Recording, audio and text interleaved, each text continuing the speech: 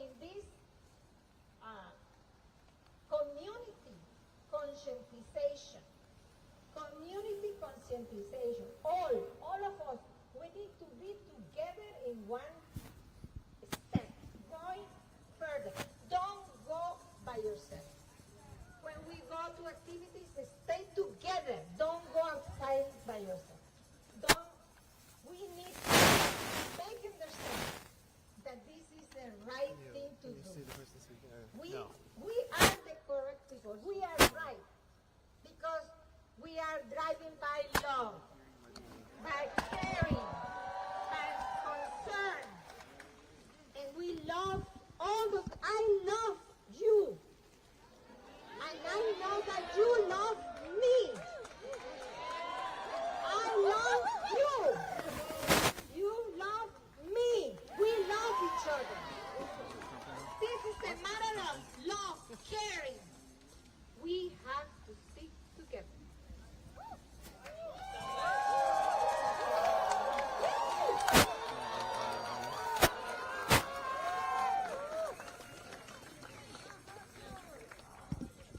All right, next up we have Monica from PSL.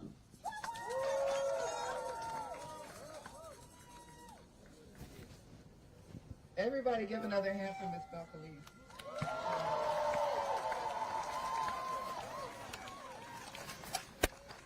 Right. Viva, viva, Tortuguita! Viva, viva, Tortuguita! All right, I know we're out here all because we are committed to seeing this struggle through to the end. And I can't help but notice that as we stand here on these grounds, the Martin Luther King Center, Andre Dickens, Raphael Warnock, John Ossoff, all of them are spitting on the grave of Martin Luther King. Every day, they pretend like this is the seat of civil rights, but they are not passing forward that legacy. They are standing against the fulfillment of the civil rights revolution.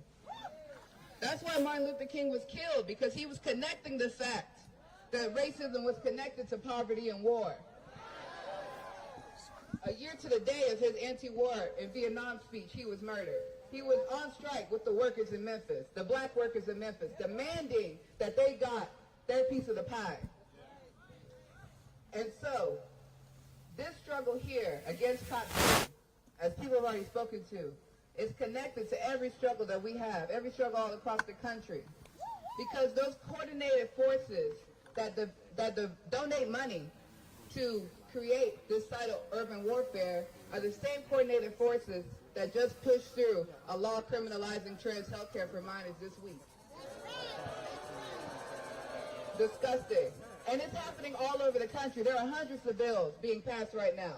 And that's because the Andre Dickens of the world, all of those who say that they're for us, and they take our money, and they take all the time on the airwaves telling us to vote for them, they don't do anything to stand against our murder, our genocide.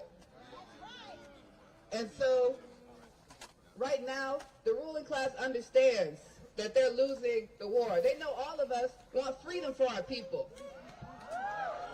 And so they're doing these worse and worse tactics in order to repress us. They know that the dozens of our comrades arrested weren't doing any domestic terrorism. They know that. They know that Tortuguita didn't deserve to die. They know that they were wrong. But what they're doing is making sure that the masses of people are confused and scared so they don't come into the streets. They're making sure that they can call this movement a terroristic, small, weird movement. And they do the same thing all over the world. Whenever we hear that a leader in Latin America or Africa wants to nationalize their resources, wants to kick the U.S. out, all of a sudden they're a dictator. So the same process is going on of demonization so that they can continue with their profits. They want to be able to kill us here. They want to donate our money, our rental assistance back to the federal government. They want to expand NATO. They want to spend billions of our dollars all over there in Ukraine, where they hate black people, and we can't get any housing here, we can't get any health care here, we can't have education here. So in the city of Atlanta, they use it as a test case. They know that this, supposedly the Black Mecca, the capital of the South, is a spot where they have to sharpen their tools of confusing our people. And so this week of action was extremely necessary, and I'm so glad to see all of you here from Atlanta and from all around. We are fighting the good fight. We are doing the Lord's work. We are doing the work of all of our martyrs of Tortuguesa, of MLK, of Malcolm X, of Fred Hampton. We are doing that work and building a rainbow coalition organized against capitalism. It's a disgusting genocidal system that makes it so that black people have to be at the bottom of this pile. It makes it so that maybe slavery is ended, but that we work in service jobs where we make no money, where migrant workers are killed and suffering all the time. This system cannot exist without the pigs. This system couldn't stand if they didn't have shock troops to destroy union organizing, housing organizing, all of our organizing. But beyond this week of action, we have to get into that real work of organizing. We can't just mobilize here. We have to make it so that those who saw the news this week and are a bit confused, don't know how to get into the movement, know somebody personally that they trust that they can get into struggle with. So in our workplaces, in our communities, in our housing, our apartments, we have to tell people that the same reason why you can't pay your rent is the same reason why they're creating a top city. And so I want everybody here, if it's a tenant organization, if it's a working organization, join an organization. Get part of something where you are engaged in struggle over time, because this is never going to stop unless we stop it. It's never going back to normal again. We're still in a pandemic. There's fascists organizing, fascist militias, building up power, getting into state legislatures, passing these anti-trans, anti-gay bills. We don't have the right to abortion. This is a five-alarm fire right now, and it's all culminating right here. And I know all of our efforts have to culminate in order for us to fight it. They may have the money, but we have the people power. And so we organize, ready to overturn this system, ready to send Andre Dickens back to the dustbin of history. We will win. Thank you. Join the organization. The dustbin of history. Love that. All right, next up we have Cliff from BVM. What's going on, y'all? Stop Cop City, shut it down. Stop Cop City!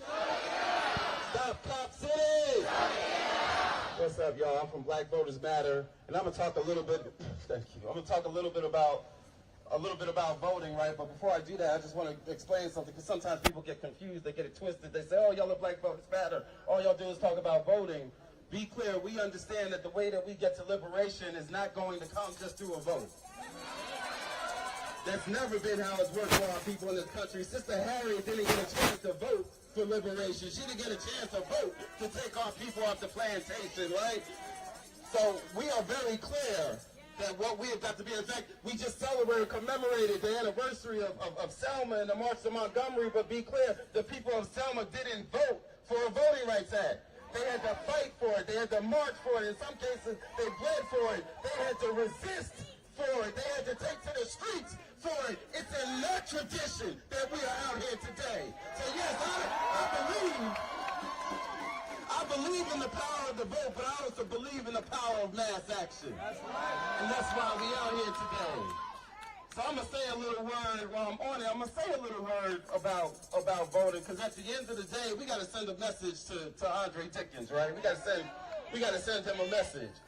And that message is that you can't continue to ignore the voices of the people, the voices of this city, and expect to remain in office. You can't continue to answer more to that corporate greed and those corporate interests than you answer to the people of Atlanta. And I'm going to say just a brief word about those corporate interests, because we got to be clear while we're talking about this intersection. The same corporations that are funding Cop City are the same ones that are funding the voter suppression. The same ones. We did a whole campaign a couple years ago when Georgia did that voter suppression bill, and we called out Home Depot and Coca-Cola and Delta and many of the other corporations that give money to the people that are taking away our rights to vote. That's corporate greed. Because what you know is that you don't have a government that reflects the people, right? That's why they try to control that electoral process, because they want to control that agenda. And then if you don't have a government that reflects the people, then what do you need? You need a police force to enforce the fact that you don't have a government that reflects the people. So there's an intersection between these issues that we are talking about in terms of violence and this police violence. So we've got to come together, because we got the answer, y'all. It ain't rocket science, because we got the power. Somebody say power. And so what we have seen going back almost a decade, when we look at Ferguson, right? And people say, oh, y'all are marching the street, y'all are burning stuff down, you don't have any agenda. But eventually, that protest and that pain was turned into power as they started to change the city of Ferguson, as they started to change St. Louis, as they put a mayor in place that understood that what our people want isn't more police, what we want is safety. And so the people came together and made that happen in St. Louis. The people in Memphis right now are coming together and turning that pain and that protest into power. Right here in this state, many of y'all know about our friends down there in Brunswick, where Ahmaud Arbery was murdered. And after that pain and after that protest, the people came together and they said, you know what, there's a DA, the first DA, some of y'all know the story, the first DA in Brunswick in Glynn County who tried to bury the murder was up for election later on that year. And the people of Brunswick and Glynn County came together and said, you know what, DA, you about to lose your job. And so they organized themselves, and when that election came around, guess what? She lost her job, right? And so our message for Mayor Dickens, our message for the city council is that if you don't respond to the people, you about to lose your job. You about to lose your job. Because we've got that power. We've got the power to make that happen. And so the last thing I'm going to say, right, as we talk about this power, is to also talk about, it's fitting that we're out here at the King Center, because King talked about this issue. He talked about the combination of these two things, love and power, right? And what he said is that power without love is reckless and abusive. And we know what reckless and abusive looks like, right? It's the enslavement of fear, it's the theft of land from one group of people and the enslavement of another group of people. That's reckless and abusive. We know reckless and abusive, right? It's the murder of Tortuguita, right? And the murder of so many of our other brothers and sisters. We know what reckless and abusive power looks like. But what King said is this, that love without power is sentimental and anemic. We don't need a sentimental and anemic kind of love. We need the kind of love, we need that agape kind of love. We need that kind of love that, thank you so much, sister, that she talked about. Love for each other, love for our community, love for freedom, love for health care, love for the LGBT community, love for women, bodies. That's the kind of love that we need. The kind of love that is merged with power, and we have that. So we can get everything we want for this city. We can stop Cop City. We got the power, but we just got to believe, y'all. We got to believe in our power. Because the last thing I'm going to say is this. There's going to be a lot of people telling us about what we can't do.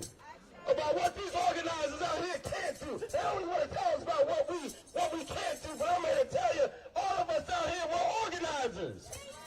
And as organizers, we are in the business of taking that which other people say is impossible, and we make it possible. That's what we do. We got that power. As long as we believe, so I just need you to say real loud, say I. Say I believe. I believe. Say I believe that we will win. I believe that we will win. Say I believe that we will win. I believe that we will win. Thank y'all.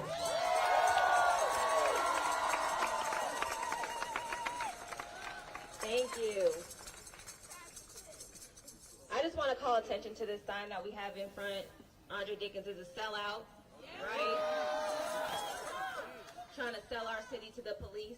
And I want to draw attention to this sign because some of the first people recently to make that claim, to let it be known that he's a sellout, were our AUC students. And from what I heard, Andre Dickens shed a tear or two over that. It showed him that the people that he thought were confused, the people he thought that were scared, weren't too scared to call him out. So with that, I'm excited to bring some more House students up.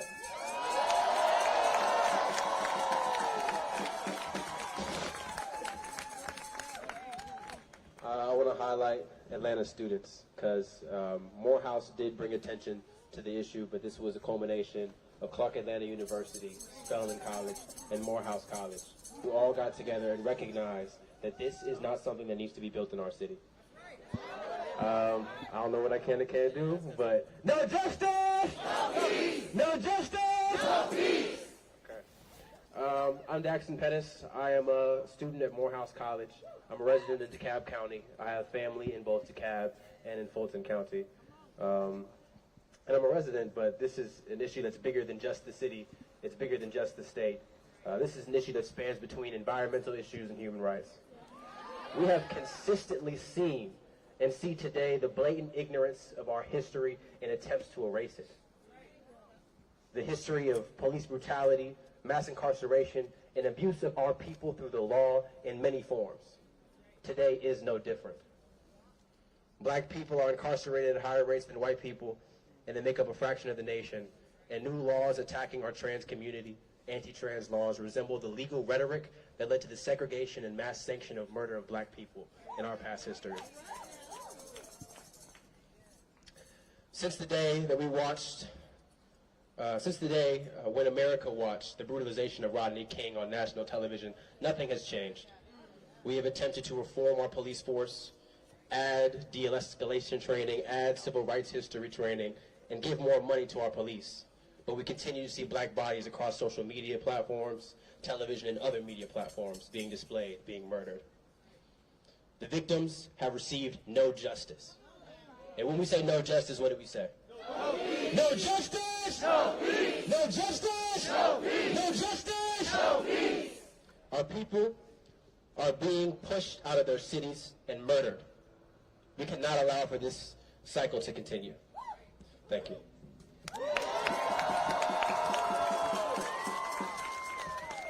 Hello, everyone. My name is Connect King.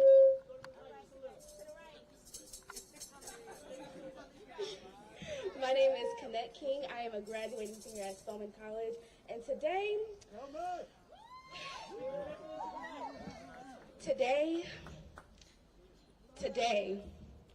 as we stand here on this historic land, we do not ask what we can do for our country, but what our country can do for us. The building of the Atlanta Public Training Center is an insult and an act of the utmost disrespect from our city leaders. It is no coincidence that they are planning to have this cop city on indigenous land that was turned into a prison farm. The institution that was created to re-enslave and criminalize black people is attempting to have the entire city built on the bones of their suffering. These are no accidents. And these are not actions that can be subdued with fragile apologies or a Band-Aid. As humans, we have a duty to fight for the change that we seek. As an active member of this community, I refuse to sit by and be idle and just let things happen. So, to Mayor Andre Dickens, please remember that a tree falls the way that it leans, so be careful where you lean. Mayor Dickens, please know that students across Atlanta will never forget the way that you talked to us in a condescending tone and lied to our faces on February 7th. We will continue to do everything in our power to hold you and your counterparts accountable for your aid to the continued militarization of policing, especially in one of the blackest cities of America. This is not just an Atlanta issue. This is not just a Georgia issue or a United States issue. But this is an international issue, and the world is looking to us for a response to this violation of human and environmental rights. So now, I will leave you with a few words. God hears my tears because I can no longer pray. I try to get the words out, but I suffocate thinking of my pain. I began to choke. I can't breathe. The air being restricted from my lungs is like when my favorite aunt hugs me for a little too long. It's like a knee is being shoved into the back of my throat, threatening that if I keep trying to speak, it'll only make it harder for God to understand me. And that if I am not afraid of him, he will give me a reason to be. So I lay still and I watch. I watch as some play with toys, some go for a jog, some walk home, some simply exist in their own skin, ignorant to the reality that we all end up the same way, crying out to God because the blood that suffocated them was far too thick for them to explain what they were trying to say. I was asked what it feels like to be a black person in America. I said it feels like Halloween, Columbus Day, and Easter. Everyone wears our blackness as if we were costumes. Our plump lips, kinky hair, and round hips are beautiful on everyone except us. We are a strange fruit whose skin is constantly being tasted and discarded. Our insides are far too bitter for their liking, so they take what they like. We have too much pride and not enough nigger for them. They want to use our ebonics and dress like us until it's time to walk a mile in our shoes. Or until it's them whose clothes are being outlined in white chalk. I guess it's true what they say. They want our rhythm but don't want our blues, but I have to live in the skin and wear it every day, and no matter how hard I scrub, I can't seem to quite wash it away. My shadow is my twin sister who never leaves my side because we're one and the same, and we're too black to be invisible. We are constantly having our identity stripped away from us and being told that it's for our own good, that assimilation is what we need to succeed in life. Then the teacher is turned into the terrorist but wants to be called Jesus. A savior who saved us from nothing, who destroyed everything and told us to say thank you for it.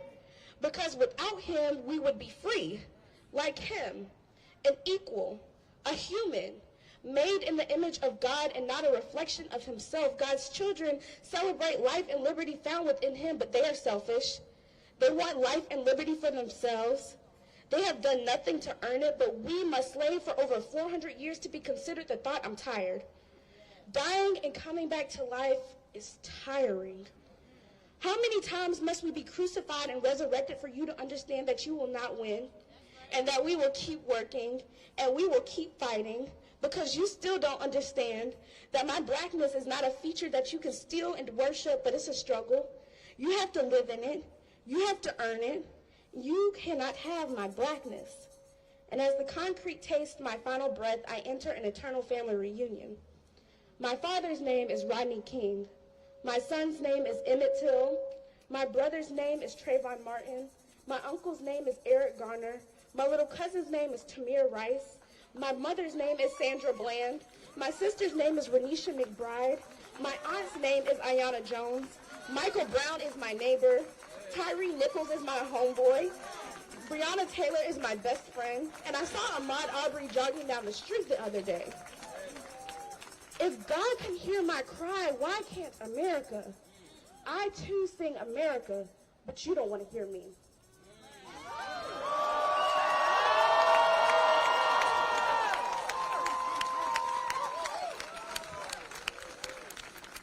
Good evening. My name is Jordan Loman. I'm a senior at Morehouse College. I am here before you as a human being. A human being since 2013 have witnessed various crimes against African Americans. A human being that is constantly scared for his life because what might happen if he was in the wrong place at the wrong time. A human being who is tired of seeing young black men and women continually being gunned down by those who are assigned to protect everyone regardless of race, ethnicity, and gender. Ever since the tragic death of Trayvon Martin, we have continued to see the police abuse their power and gun down innocent black men and women. This is despite the fact that they were in their own home, they were jogging down the street, they were taking a nap in their car, and when they were crying out for their own mother. How can we trust the police when they keep on using lethal force to quote-unquote protect society? How can we trust the police when they use military-based equipment to dish out so-called social protection? How can we trust the police when a facility made specifically for them is being built right in the heart of Atlanta? We cannot trust them when they have shown time and time that our lives, our black lives, don't matter. Mr. Mayor, we need to talk. We need to discuss the negligence and hypocrisy that you have shown us during your term. the only, and I repeat, only good thing that you have done is preventing a predominantly white community, also known as Buckhead, from splitting off from the city of Atlanta, thus costing millions of dollars from the black community. And that is your only good thing. When the Atlanta City Council agreed to build this so-called training facility, you allowed it to go forward. When you were invited to a discussion panel at my soon-to-be alma mater, you dogged us down, you ignored our complaints, you actively used us to promote the construction of this facility. Instead of helping us, you have ignored our cries for help. When it comes to the West End and Vine City, you ignore the obvious problem of gun violence, disrepair, and homelessness that has plagued those two cities for years. Instead of redistributing funds to help out the residents living in those communities, you continuously keep putting resources to Cop City. That is not what a mayor should focus on. A mayor should focus on helping the community, not endangering it. A mayor should provide the homeless with services that will help them, not increase their numbers. Finally, a mayor should protect a community of young black individuals seeking an education. Speaking of protection and education, when I'm at school, I should feel protected. I would feel protected from outside forces that would seek to do me and my fellow classmates harm. However, during my entire 4 years, I have never once felt safe. When I take the train to go home on the weekends, I'm never safe. When I use to go to the store to pick up items I need, I'm never safe. A school's primary job is to teach us and to keep us safe. Yet in all my years, there have been shootings and deaths surrounding a place that I call home. There have been instances where people freely walked into dormitories and either took valuables or, in one instance, watched someone sleep in their own rooms. That should not be in anyone's home whatsoever. And yet the leaders at these institutions are more concerned about the destruction of Cop City than their own students. They should be more concerned about their public image. They are more concerned about their public image than their own students. They are more concerned about stealing every nickel and dime away from already struggling students instead of helping them financially. Instead of focusing on that public image, maybe focus on making sure your own security is actually doing its job. Instead of focusing on that public image, maybe focus on making sure that students are able to attend classes worry-free. Instead of focusing on that public image, maybe focus on distancing yourselves from a clear environmental and social hazard. My final point will be about the city of Atlanta itself. This city has been my home ever since I was born. I have been to various events here. I have seen the sights, and I've lived through some of the most important events right here in this city. This is my home. This is your home. This is our home. This is the home of black excellence. This is the home of Dr. Martin Luther King Jr. This is the home of John Lewis. This is the home of Joseph Evelyn and Joseph E. Lowry. This is the home of civil rights. This is the home of C.T. Vivian.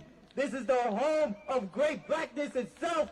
This is the home of every single black person here in America. This city, this house, this place of black excellence says no to Cop City.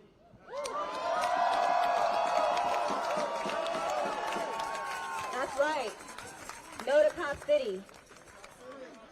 Stop Cop City! Stop Cop City! Stop Cop City! Stop Cop City! Stop Cop City! Stop Cop City! Stop Cop City! Stop Cop City! All right, I hope y'all are still feeling the energy. Good, okay. Perfect. I'm excited to bring up M. Shahidi from MXGM. Free the land, family, free the land! Free the land! Free the land! By any means necessary. My name is M. Shahidi Sianda. I am a member of the Malcolm X grassroots movement, and I came here to tell you today that we stand in solidarity with the whole of Atlanta to say, stop Cop City. Say it with me, stop Cop City. Now, a lot of what I wanted to say has already been said. But I'm not going to repeat all of those things. What I will tell you is that I, too, am born and raised Atlanta. Grady, baby. Zone 6, Kirkwood, to be exact. Right? And so some of you moved here, some of you live here, some of you were born here. I hold this close to my heart because my auntie lived in that building right there before it was gentrified. I grew up in Kirkwood before it was gentrified. I went to school in Edgewood before it was gentrified. So what I do know is that Andre Dickens can't save you. Keisha Lance Bottoms couldn't save you. Cassine Reed couldn't save you. Mayor Jackson couldn't save you. We are here to save ourselves. We must save ourselves. Now, when I went to the website, right, of the Atlanta Police Foundation, I saw the word safety being thrown around. Safety. We're building this for safety. We're doing it for safety. Have y'all ever felt safe with more police presence? We don't feel safer with that. What we do need and how we would feel safe is if we had better education, $90 million for that. If we had better health care, $90 million can go towards that. If our children felt safe in their neighborhoods because their parents had jobs that can pay them, let me get $90 million for that. But we won't feel safe with the facility that's built by them, for them, to serve them. It is not to serve our people. We know it is a lie, and we stand here today to say we will stop Top City by any means necessary.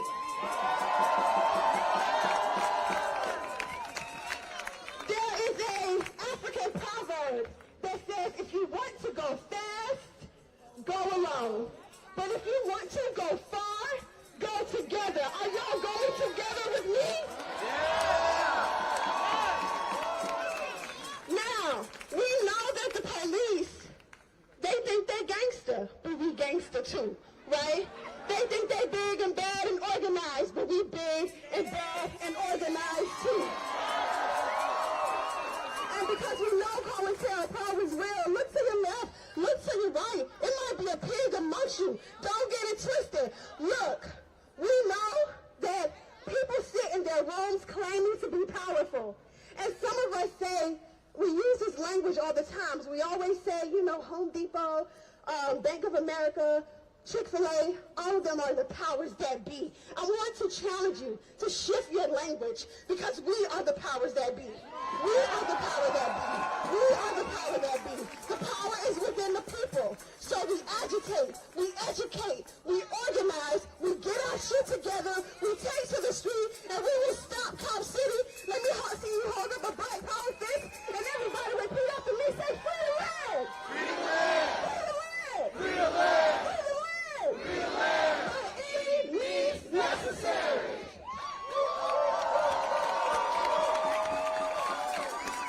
Period. Okay. Next up, we have Julian from ESA.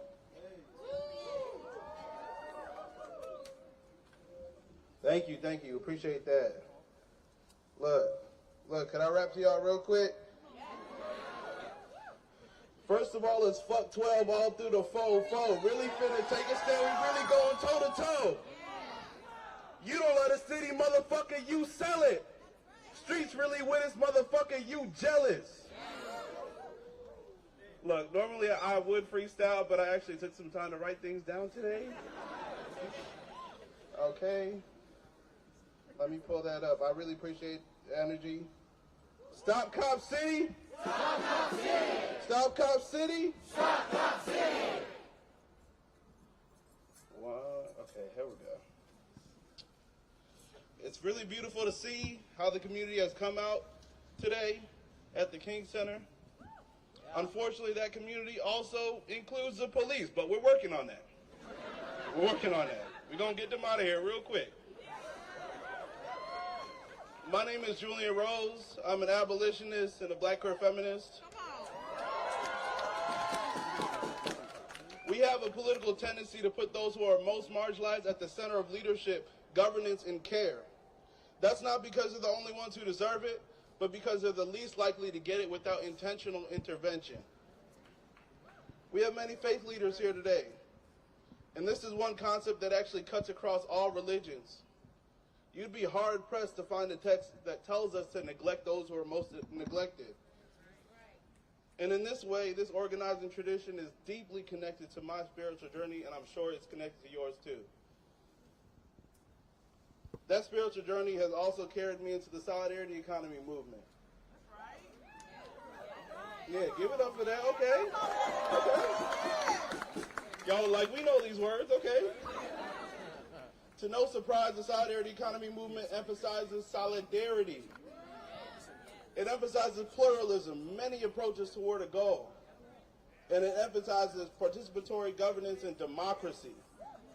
And today I'd like to spend a little time talking about this democracy. Now, I know the feds are listening, but I think it's safe to say that I've been to many protests, marches, rallies, sit-ins, and you often hear this chant, "Show me what democracy looks like." Okay, so y'all have been too. Awesome. And I can't lie, some days I'm not convinced we're ready to chant these words. I do know protest and free speech are key facets of democracy. But to say this is what democracy looks like on these lands? I don't know. Feels like salt in the wound sometimes. This Stop Cop City struggle has been direct evidence that the government of Atlanta knows nothing of democracy. Andre Dickens was elected in a process that turned out just 21% of regular voters. That's not eligible voters. That's not 21% of people registered to vote. That's 21% of people who vote regularly. So just how much of Atlanta is that? 50,000 people chose Andre Dickens. Yet, Mayor Dickens seems emboldened to make unilateral decisions at the instruction of the governor, private interests, to make permanent detrimental changes to Atlanta's landscape that'll ultimately affect millions of people. The audacity. Exactly. The caucasity. The caucasity. In a state with voter suppression and people disillusioned by the electoral process, you have officials espousing the fact that they're of the people. It's a joke. And I get it. Money matters to them. Power matters to them. Public comment does not matter to them. Protest does not matter to them. Justice does not matter to them. Our futures do not matter to them. Our history does not matter to them. Democracy does not matter to them.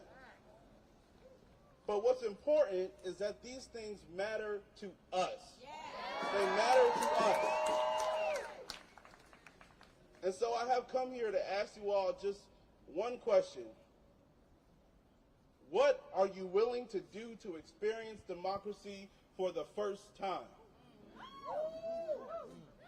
If we know this place has never seen a democracy, then what are we willing to do to bring it about? It's something I'm grappling with myself.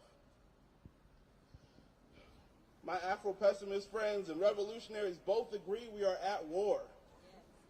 The police in the city have said as much loudly with their words and their actions. And to be clear, this is a war that white power structures waged on us long ago. It feels obvious to me that we need warriors, weapons. And I know that fact may give some of us trepidation. But I want to assure you that we need so much more than soldiers to win this fight. Whatever it is that you do, whatever skill you bring, I just ask that you make it a weapon. Yeah, give it up for that. Give it up for that. If we are ever going to experience democracy, we need your tools to be repurposed in this fight against Cop City. If you're a writer like me, child, that pen better look like a threat to Cop City. If you do mutual aid, caring for community ain't gonna get any easier. Please show us the way. If you're an artist, where my artists at? Okay, we got a lot of them out here.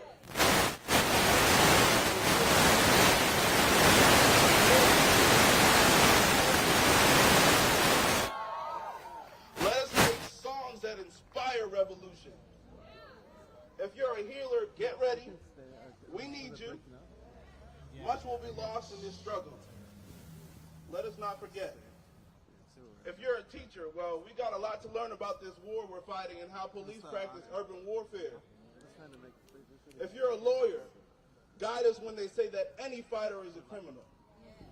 If you're a digital organizer, keep your finger on the pulse and tell our stories far and wide. And if you're a community organizer, we need to tend to our relationships. We need real solidarity, which goes beyond unity. We need pluralism, making space for many strategies to coexist, and ultimately, we need to practice democracy if we plan to build one. And yes, that includes practicing consent and accountability in both our organizations and our personal lives. See, look, that's something that Andre Dickens knows nothing about. These cops know nothing about it. Consent and consensus come from the same word, and clearly we are not in agreement about the future of black people or Atlanta. Look, I don't need much more time. I see y'all creeping up. But I need to ask again, what are you willing to do to experience democracy for the first time? To taste its peace, to feel its calm winds? We are going to have to build that shit together.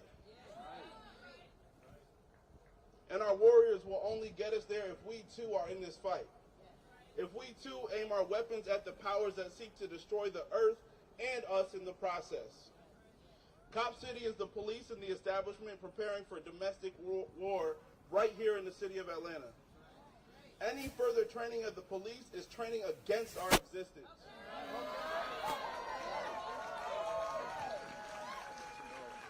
That shit cannot be built. It will never be built. We all must fight for the democracy we've never seen before. What are you willing to do? Thank you, guys.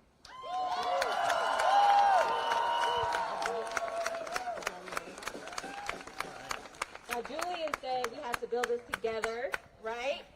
Now, this is what togetherness looks like. And I want to bring up Meko Shaban, who's been with us together in this fight. You know, the indigenous folks were here before chattel slavery, right, before white settlers. And so when we talk about togetherness, it is that alliance between the black struggle, indigenous struggles of all oppressed people that will get us free. So with that, Meko Shaban.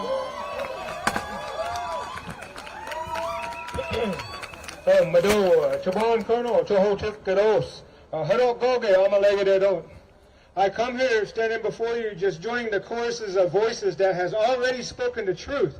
I'm not even so sure I can add to it effectively. But there are some things that I want to say, and it started out in my language right there. Because there's a phrase that we have that I want to make known to everybody who can hear our voices right here. And in our language we say, Estoves, Muskogee Edolwa, Legathathis. Is that this is always going to be indigenous land no matter what.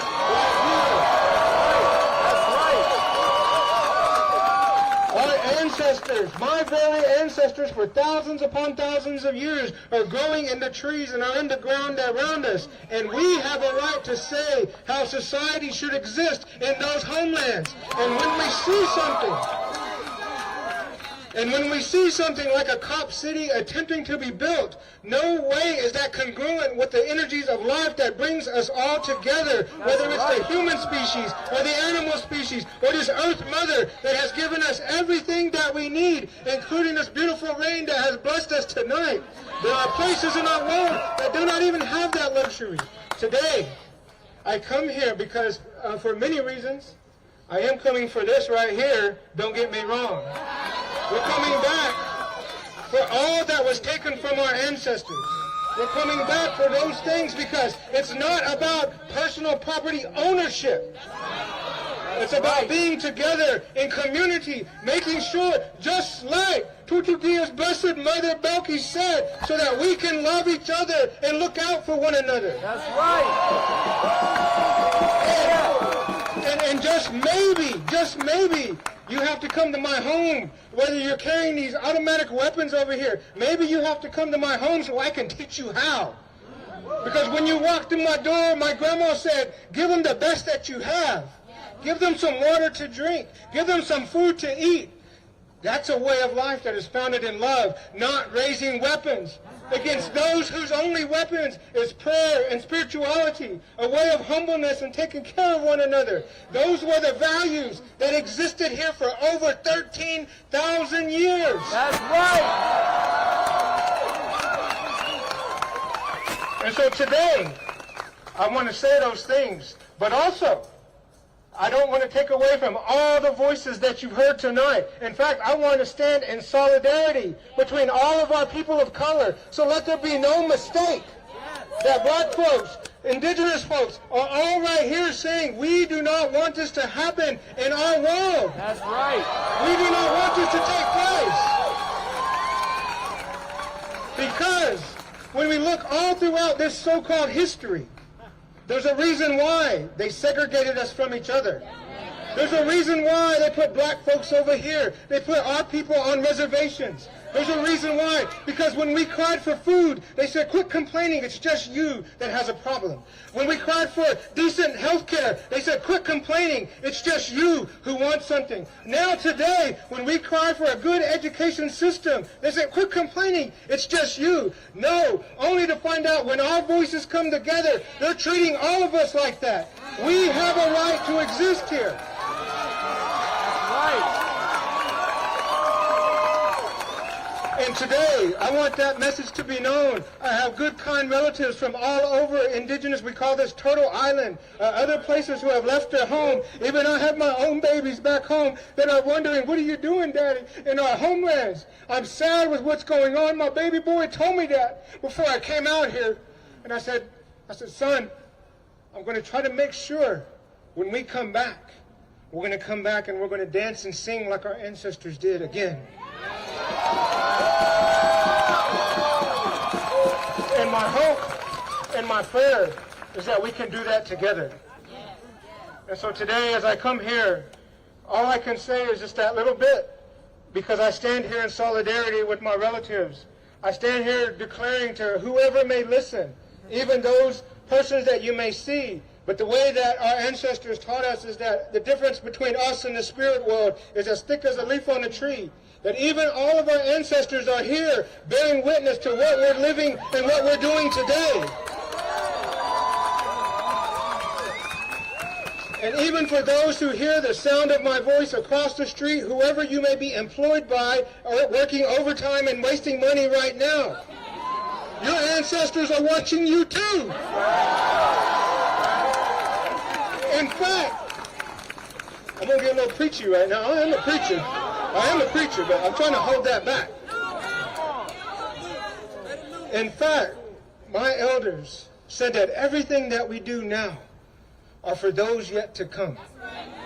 Even some of my relatives from across Turtle Island say 7 generations down we think about the consequences that our actions are taking right at this moment. That's right. Your actions are just right here. Your actions are right here.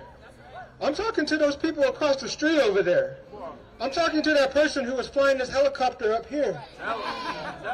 Your children that have yet to come on this earth are going to come to you and ask you a question and say, why? Why did you allow that to happen? Why weren't you over here picking up a sign? Why weren't you over here taking and enjoying the company of all that's around us and even remembering our blessed relative Tutugita? And in fact, their blessed lives should still be here now. And I'm thankful for his mama because he's still here. And so today, I don't want to say any more, but I want to just say I thank you, because my only hope is that we're not in the business of, even though we come here saying land back, we're not in the business of kicking people off things. We're in the business of creating a world where we all have the right to exist. Where we all have a right to self-determination. And even I heard the words from my relatives, from the schools, from everyone saying we have the same chorus that we cry in our speeches and our language. We all cry to be free. If I want to go to the forest, that's all right. She knows us. If I don't want to be shot while I'm jogging in my own neighborhood, heaven forbid do I have to tell you why. We have a right to exist, and our desire is to be free. Mado Jagejashke.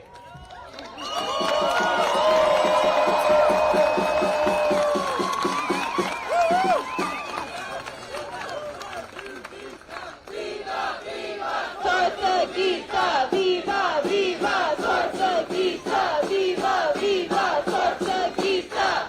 Right. And Andre Dickens said the people from here want Cop City. Those are the people whose people are from here. We are the people who are from here. And Kiana, she really from here.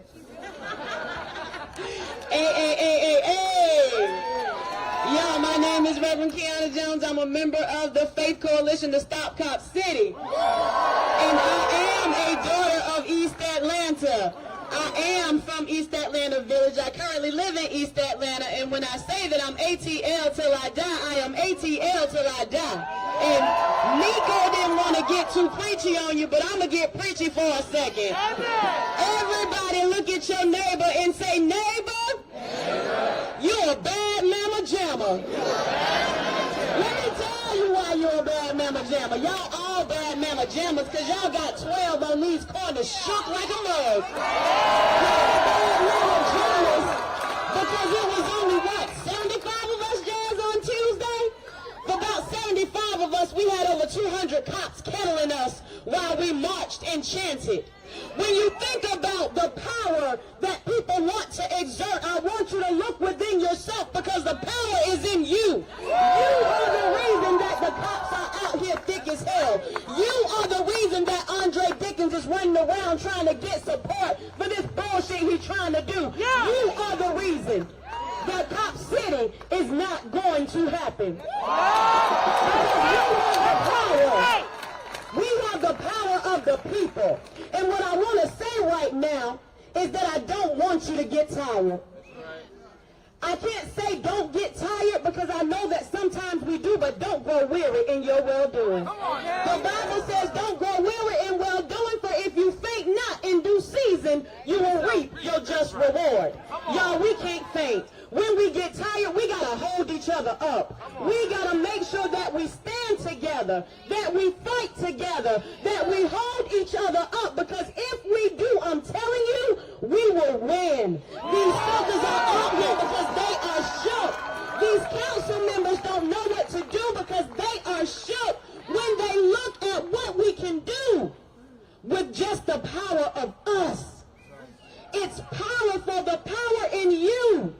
Because the very thing that they wanted to do, which was separate us, is the thing that they will never accomplish. Because the more they try, the more we stick together. When we hold up our fists like this is a representation of us. Because if we stick together just like this, they will never defeat us. They will never build Cop City.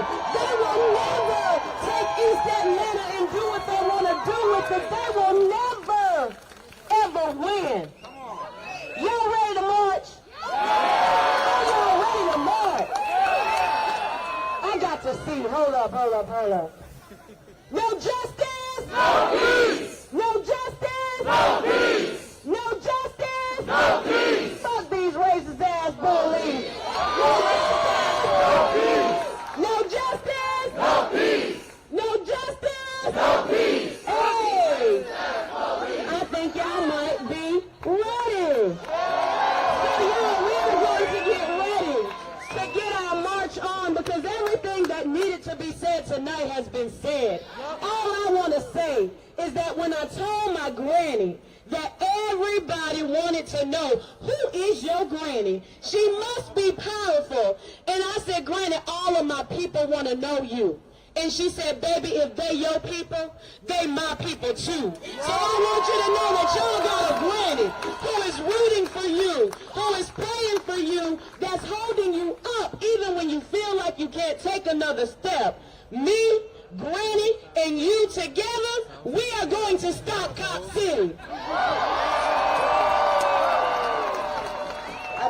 hope y'all know it was really fun here. All right. So we are going to get started with a march. We just want to make some announcements because the pigs are really out here, y'all. We just want to keep everybody safe. So first I want to say that we have some safety folks out here who are wearing the orange on them, right? So if you need anything, water, etc., just tap in with them. We're trying to keep ourselves visible so we know who's on our side and who is not. So we're going to ask first that everyone kind of wrap around to the left, so my left, where my arm is going, so that we can proceed in an orderly fashion. I also want to let people know that we are marching to APF, the Atlanta Police Foundation. It's about a mile away, so just keep that in mind. It is right off the Petrie Center MARTA station, so if you want to hop on MARTA around the corner and meet us there, that's all good. But just want to be transparent with people too. And like I said, the pigs are out here, so if for whatever reason you don't feel comfortable joining us in the march, that's all good. We'd love to have as many folks as possible though. And we'll let y'all know when the march gets started, but we really do need everyone who's in this area to wrap around. There's a banner over there that you can just stand behind, and that'll just be an easy marker. All right, y'all. We'll get started soon.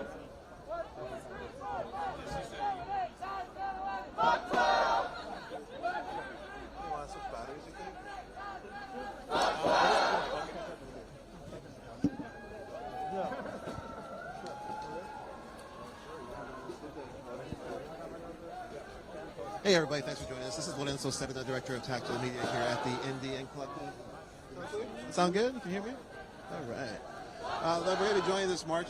Let me tell you where we're at. We're going to try to get some interviews. And Right here. you know what's going on here. It's 2 minutes away. Perfect.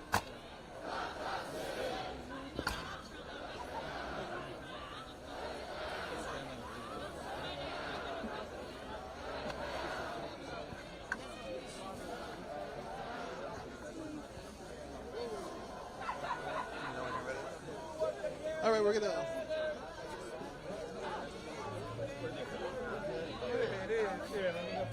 Yes, thanks for joining us again. I'm Lorenzo Sedina. We are here at National Day of Action Against Police Terror, Stop Cop City in Atlanta, Georgia. You're joining us, and we're going to be following to demand justice for the murder of Tyree Nichols, Forest Defender Tortuguita, and all others lost and impacted by police violence and terror. I hope you enjoyed all those speeches. They were pretty fiery. I was moved a bunch. I can't explain it. But yeah, we're going to try to get into the march. Let's go and follow along. We'll probably be on the edges a little bit. I'm trying to monitor and see if the movements of this policia. And we're going to try to get to... You want that all the way down for now? Or?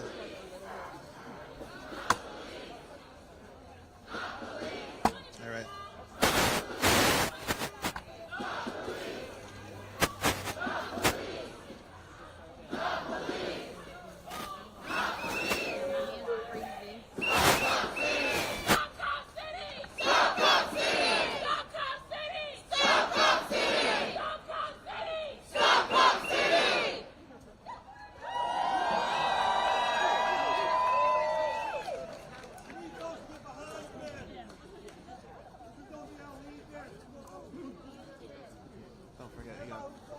It's really dark. You got that one.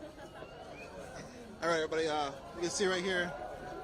What you want to grow is fund our future. Stop Cop City, a giant banner. We're gonna get to the front of this march.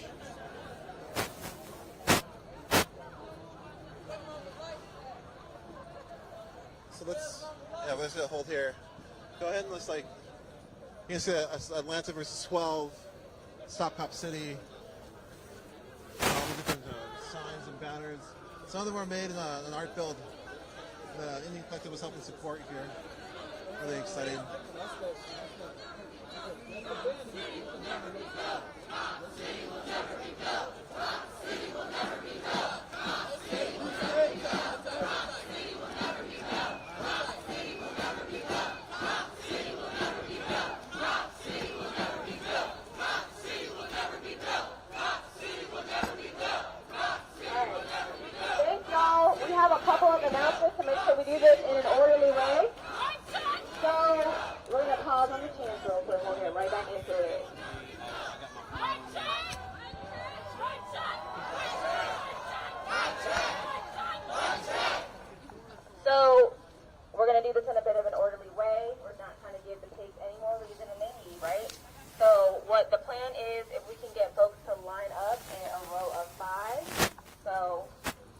5 people. And so you didn't see it, but there is police officers in every corner. They are pretty geared out. They have a lot of zip ties on them as well. Obviously, usually don't wear them. Like usually pull them out when arrests made. Obviously, them, at least in my eyes, having a giant bundle of them, all of them, is just a show of force to make it clear that they will arrest people. Here. 1, 2. Can I get a 3, 4, 5? One more. We need one more. Anyone? So wait, let's see the march is getting into order. This is the order it will look like here. All right. We are. You see people are linking them. Now we're going to do 5. Keep going. So everyone's linking arms, and they're making rows of 5. 5 people linking arms, and they're going to all line up. The march is going to be really long, then, but I think if they're going to bring everyone together to be compact and be together and linked together, in hopes the police aren't able to break them apart. The police do come in.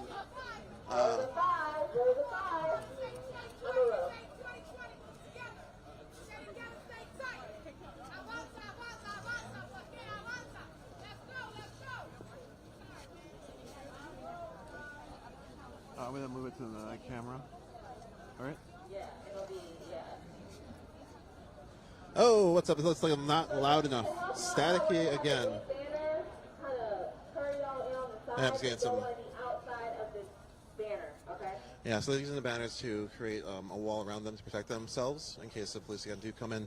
I'm letting it set now. I'm not sure if this is loud enough, but we'll just hope for the best. So we're going to keep moving and get to the front of this part. I'm going to turn this off real quick. All right.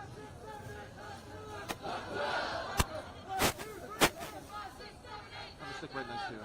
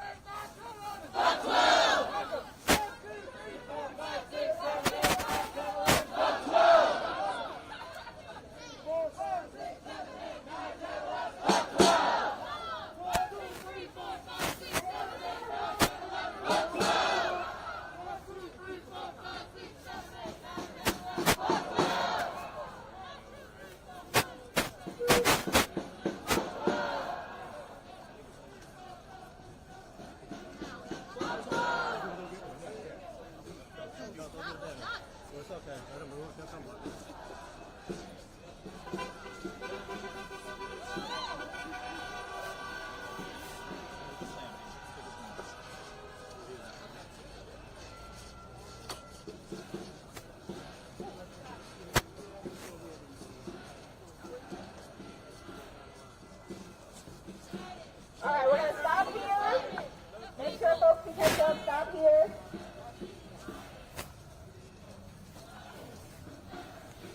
Osiris did it!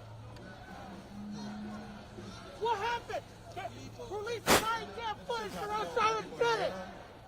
Are you interested in talking about why people are here at all? Maybe when we start watching. Okay, sounds good. I'll get you then.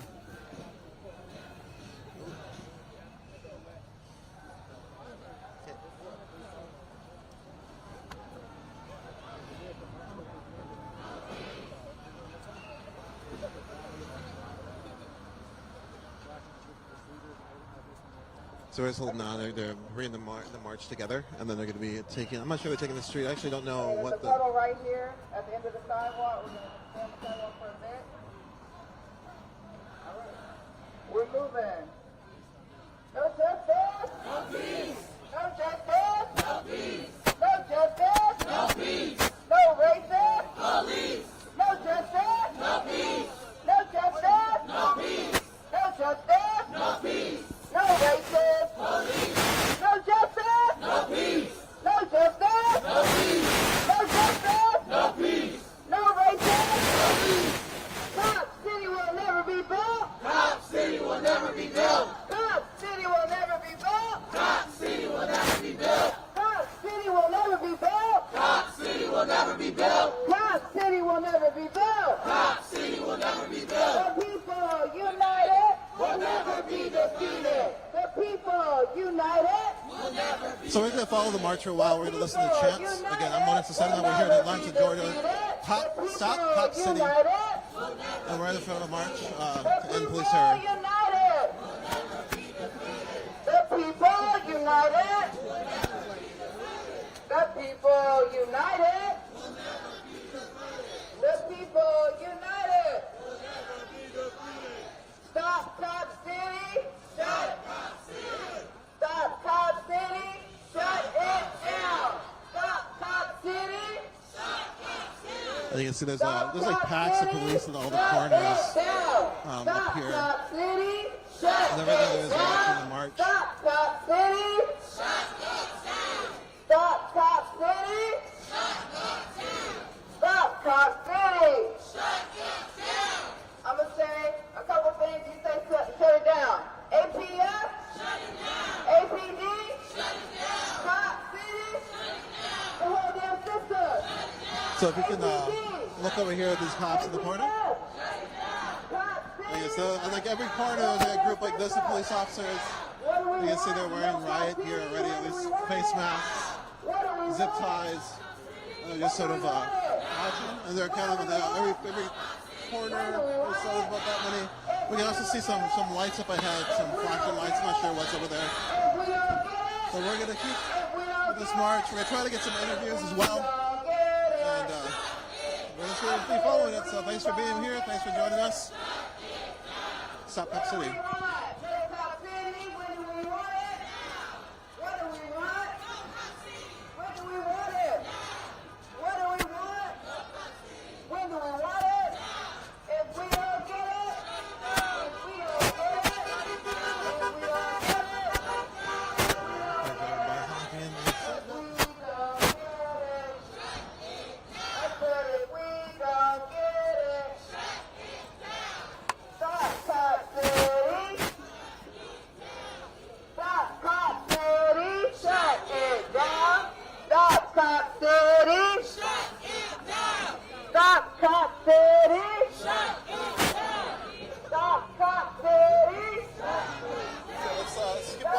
If you want to tell us what's going on here today, introduce yourself. My name is Kamal Franklin from an organization, Community Movement Builders. We're out here today demonstrating against Cop City. Our goal is to let Atlanta know that there's black people and indigenous people from Atlanta here in the city who want Cop City shut down, and we're out here to show that we can protest and shut Cop City down. And the narrative has been that it isn't about, it's all these outside folks. It's not about people of color. But you're saying that it is. And it was shown here today at that rally where you had indigenous people and black people standing side by side. You want to talk about what that felt like? Well, that felt good because then we're trying to disprove the narrative that they've been putting out there. And as folks can see, this has been black-led. This has been indigenous-led. People who have been speaking tonight have been from Atlanta, born and raised in Atlanta, who've been living in Atlanta all their life. We have indigenous people who this is their original land. So we're out here saying that this is all about the people in Atlanta leading this, demonstrating, saying that they don't want Cop City. That's what we mean. No Cop City from the people in Atlanta, and no Cop City from our allies who come to town to help us out. Because we always want them to come. What can people who aren't here, what can they do to support? Like what can they do to get involved?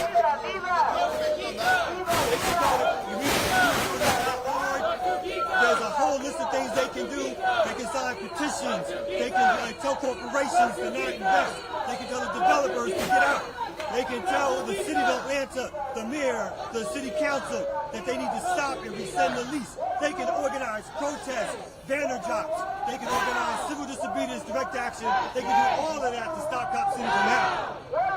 What would you tell people who are experienced, in my travels, I meet a lot of communities where these sort of projects are being forced on them. They go to the meetings for years, 7 years, 10 years, and in the end, they push the project forward. Like, what would you tell those people who are in that process right now? We got to continue to fight. But part of it is that we got to have a struggle, a left pole, left unity that's strong enough to stop these things from happening. And when we do that, then we really will stop them from happening. Like, we got to continue to fight. Even though we know it's difficult, it is the unity of the people that ultimately will stop these projects. And so that's what we got to keep doing. Any last words, any last thoughts? I didn't hear you. Say it again. We don't get it. Stop Cop City. Stop it now. We need to keep fighting. We're out here fighting. We need more people. This time the march is 500. Next time the march needs to be 1,000. Stop Cop City. Hey, hey. Again, I'm Lawrence Ascenda. We're going to be trying to get interviews. I know it's loud. Hopefully you can hear that. I don't know if you could. But basically, feeling empowered. There are a lot of people here. So get involved in camp. Again, also where you're at in your communities. Work together to fight those projects there. But if you want to join what's going on here, go check out Community Movement Builders. That's what he said. And check it out. And we're going to just keep going and get some more interviews. Hey, ho, ho! Andre Dickens got to go! Hey, ho, ho! Andre Dickens got to go! Hey! Do y'all want to talk about just being in this march? Who you are? Me? Okay, yeah. I'm Chabon Colonel from Oklahoma, Seminole, and Muskogee people. And it's just here standing in solidarity with the black community of Atlanta and Georgia, just seeking justice for all of our people, seeking wellness for this Mother Earth. I'm just glad I could be here to be a part of it. And, so the stories you're hearing from the city is that this is not an indigenous issue, this is not a black issue, this is some outsiders. And I guess what would you say to that? The evidence is right before you. These are all folks who have lived and grown up here in Atlanta, different parts of the city. And even when I told somebody, when they asked us if we're from here, I told them, I said, well, I would like to be here, being as my ancestors are buried in this very earth that we're walking upon.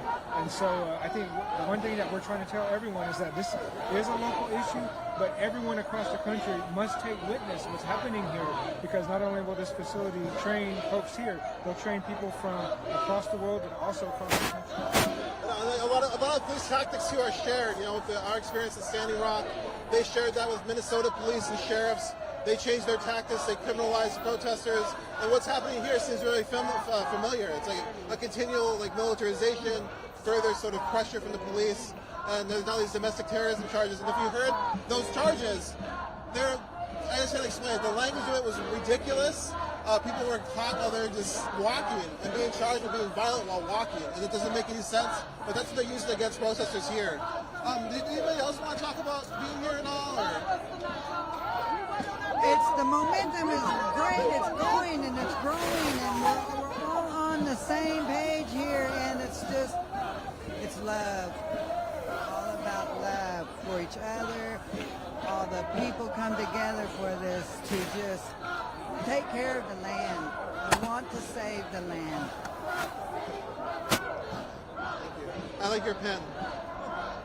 Yeah, Justice. Yeah, we actually earlier this is an indigenous. Oh, thank you. That's blown away right now. We went to the forest. We spent some time there with the delegation. We met Tortuguita's family. They met Tortuguita's family. They had a lot of conversations. We're hoping to get those interviews up so you can hear what indigenous folks are talking about and why they're coming here and why they're supporting the movement to stop Cop City. And also working with the black communities that are here, different black community groups, and trying to make this coalition, this voice grow and more unified and together. And you're seeing that happen before your eyes, and I'm happy you're here with us. And we're going to keep following this march and just keep trying to talk to people. No guarantee we talk to more people, but also possible we do. So let's stick around and we'll see how it goes. Thanks. Did you want to talk about?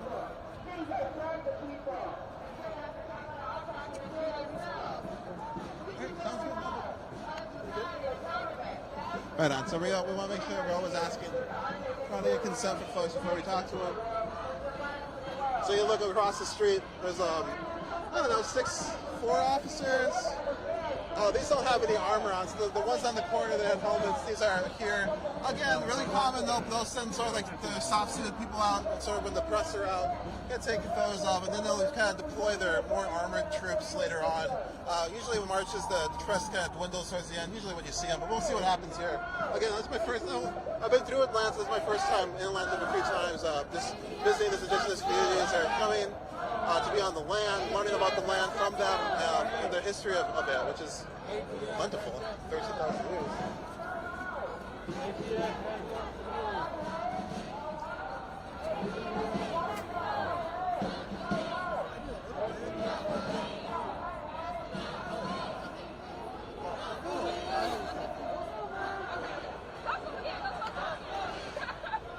Yeah, I don't know. I think we have to. Sorry, I'm just talking to our support team. I think we have to change our audio equipment later, but this is what we got right now. Thanks for being here. I apologize, there's some scratchiness. Wants to keep following this march.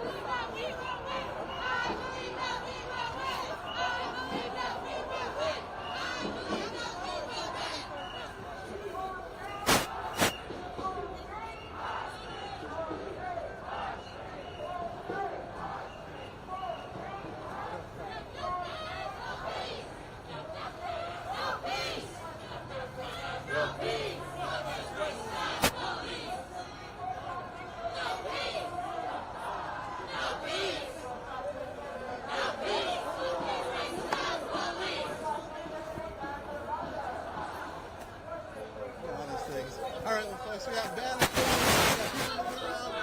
I don't know, just kind of listen. Group of police in the corner up here. People seem to be gathering. I think it's like every 2 blocks you got about 5 cops. And we'll see what it's like when we get to the police foundation.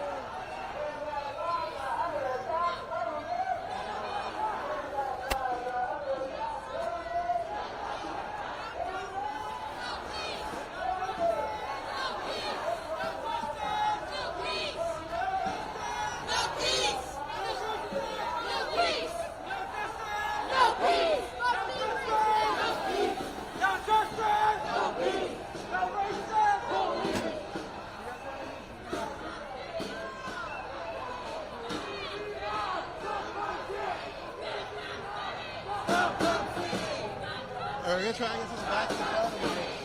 Let's take our time. I've been looking at the chat, see if there's any questions. Again, we're just following this march in. You heard the rally earlier, those really impassioned, powerful speeches, I definitely would suggest listening to them or looking and hearing them.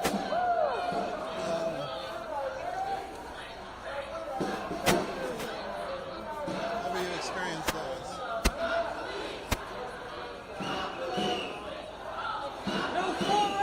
Like you see in the chat, there's a place to you can sign a petition if you want to support online. We have some petitions and stuff that are just posted.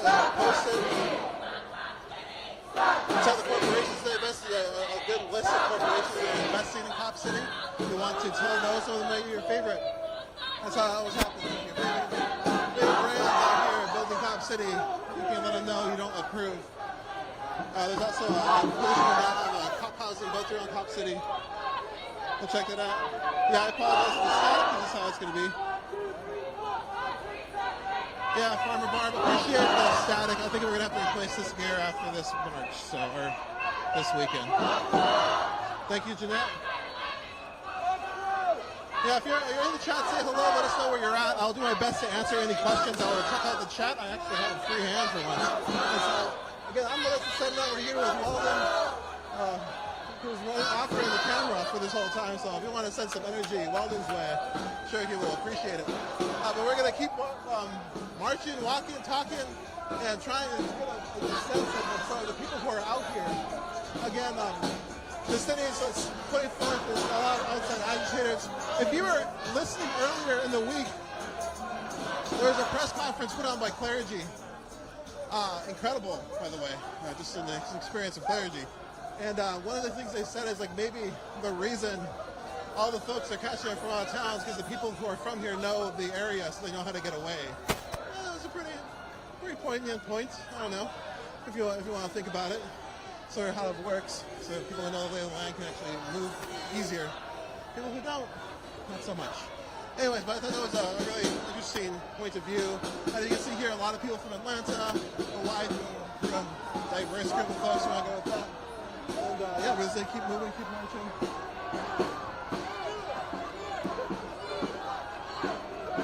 So that's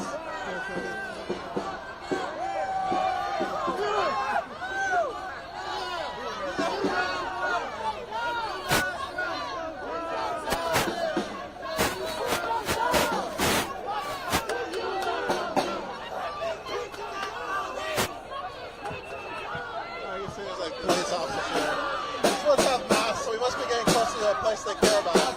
Let's see what we go. 90 million for safety, 90 million for housing, 90 million.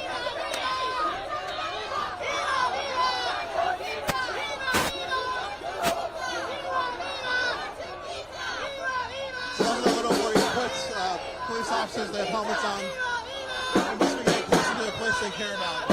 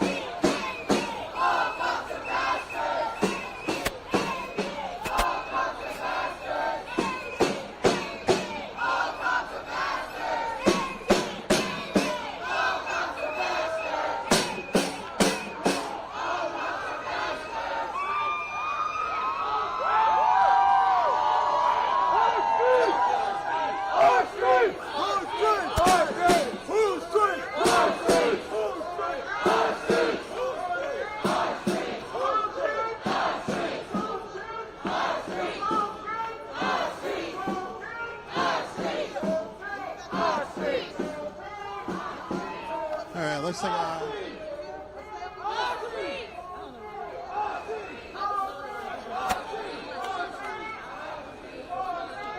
hold on, let me figure out.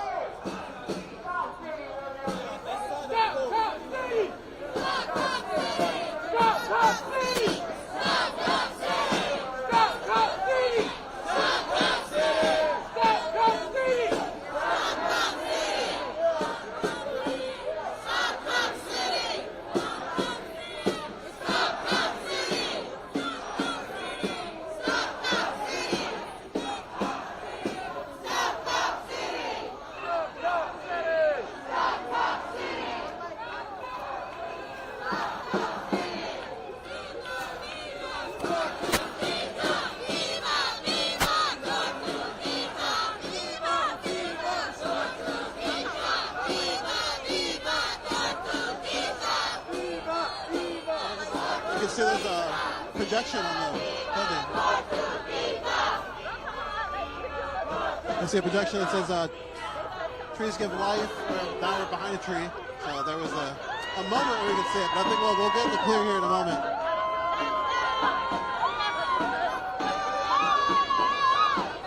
This looks like mayhem.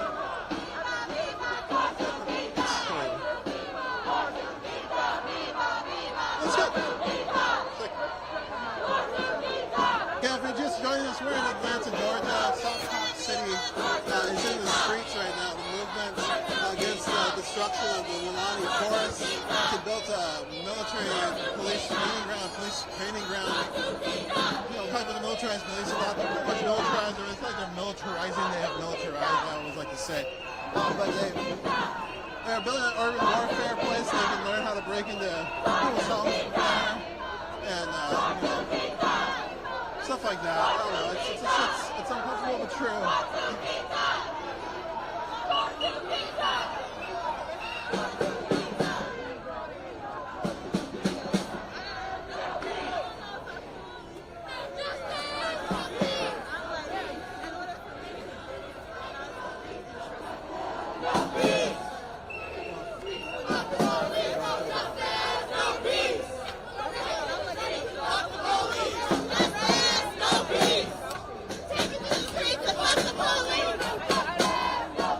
This is the vehicles are moving up.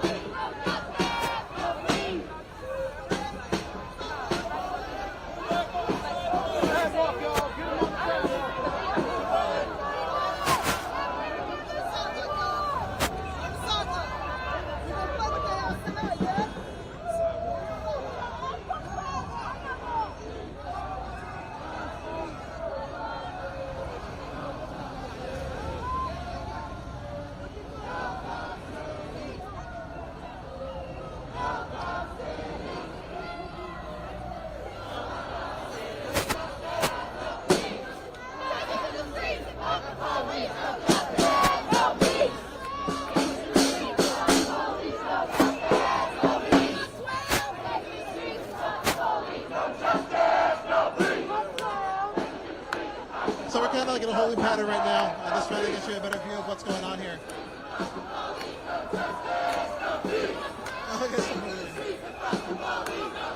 So I don't know how big this march is, but there's a few hundred feet.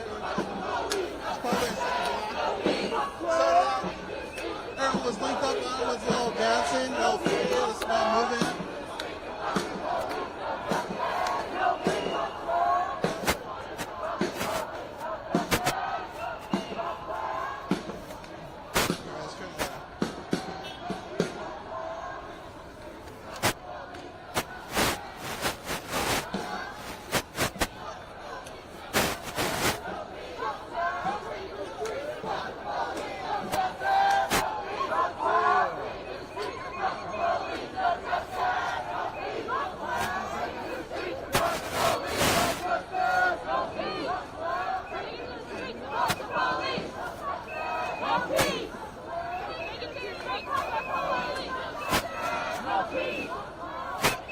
That was a really, like, a few police vehicles came up, flashing lights, like 2 motorcycles in the car, and all those parked there.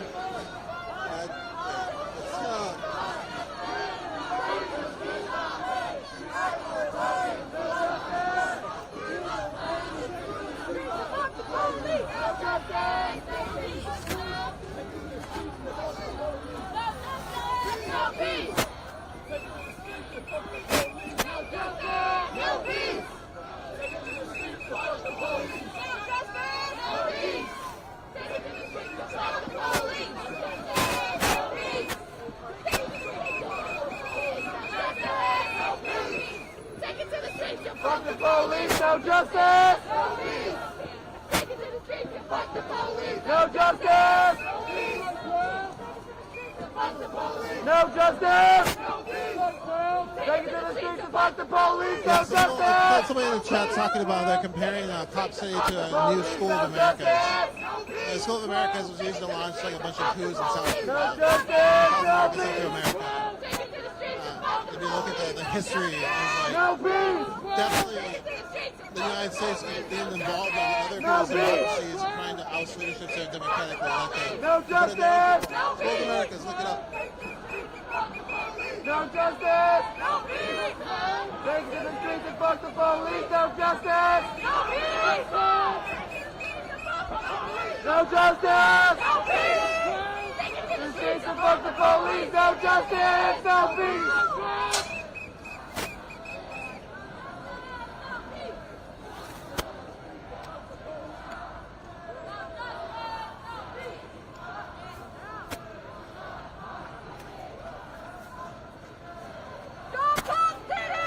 Stop Cop City! Stop Cop City! Stop Cop City! Stop Cop City! Stop Cop City! Stop Cop City! Stop Cop City! Stop Cop City! Stop Cop City! Stop Cop City! Stop Cop City! Viva, viva, Tortuguita! Viva, viva, Tortuguita! Viva, viva, Tortuguita! Viva, viva, Tortuguita! Viva, viva, Tortuguita! Viva, viva, Tortuguita! Viva, viva, Tortuguita! Viva, viva, Tortuguita! Viva, viva, Tortuguita! Viva, viva, Tortuguita! Viva, viva, Tortuguita! Viva, viva, Tortuguita! Viva, viva, Tortuguita! Viva, viva, Tortuguita! Viva, viva, Tortuguita! Viva, viva, Tortuguita! Viva, viva, Tortuguita! Viva, viva! Looks like we're turning around. Peachtree Center Avenue 44 Northeast. This is Atlanta. Viva, viva! Viva, viva! Viva, viva!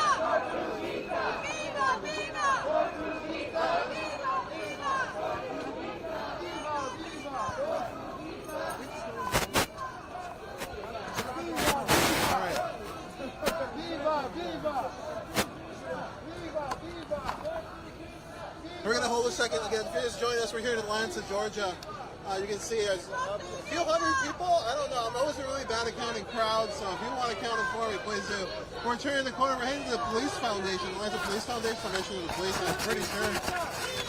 I'm just learning this all with you. Again, we're live. It's just unfolding with us, with you. So we're just learning stuff with you, but I'm thankful you're here. You can go to the earlier part of the stream and listen to a lot of really powerful speakers at a rally. A wide union of different organizations, student organizations, religious organizations, forest organizations, indigenous organizations, and indigenous people, forest people, people of all different types, people of color, black, indigenous. Everyone's kind of out here. All white accomplices hanging out. See Stop Cop City and the Coca-Cola thing. Again, favorite brands, boom, breaking your heart. If you love the Coca-Cola, there you know they're building Cop City. Let's see how it all holds together. Yeah, the rain's just coming in real heavy right now, so we're trying to do something about our gear, see what we can do to keep ourselves up. If we do go down the snow, we did our best, and it is raining now very hard. So 1 second here. Let's just stay on the edge and just see how we do, I guess.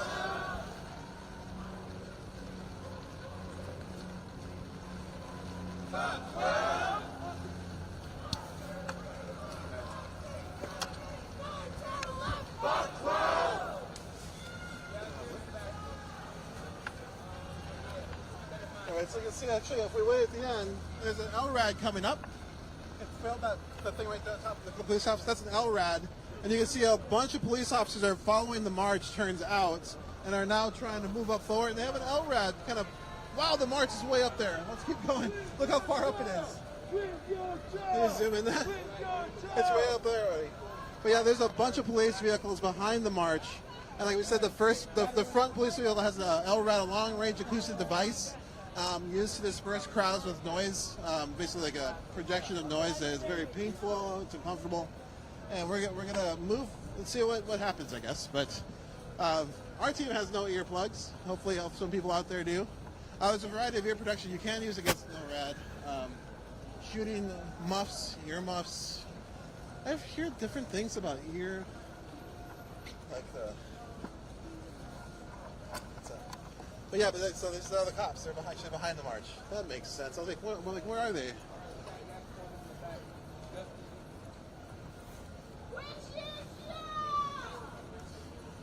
So yeah, so at the end of the march, there's a bunch of police. I was like, kind of. Let's catch up a little bit. Let's get rid of this gap here. I was like, hey, like the cops aren't that thick, and then now they are, and they're speeding up a little bit. Yeah, a lot of vehicles, like 1, 2, 3, 4, 5, 6. I don't even know. So we'll see how many people, officers are in those vehicles. If they're gonna deploy, they'll probably pull up with like some vans or something. But here they are. You know, that's the police. You would think they're escorting everybody, but they're not. So it must be the police foundation up there, which makes sense why the police are deploying their forces right now.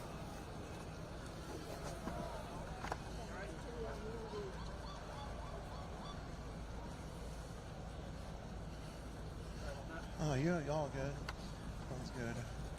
All right, so as I keep moving up, we're kind of really at the back end, but it'll be okay. I think everyone's kind of coalescing now in front of the police foundation, and we'll get there in a moment.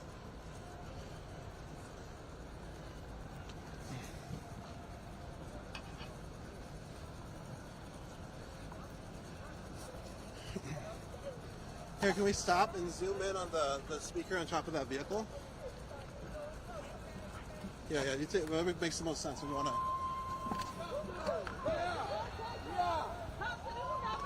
This right there, see that? On top of the hub?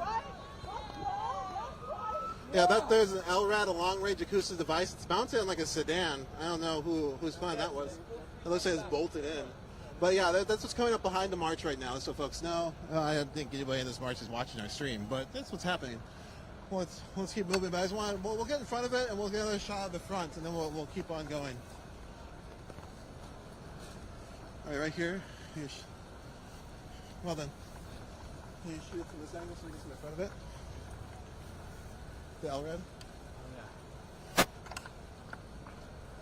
Trying to protect our gear. It's getting harder and harder. The rain's getting better and better.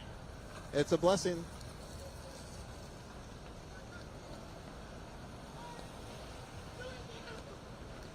All right, we're going to keep going.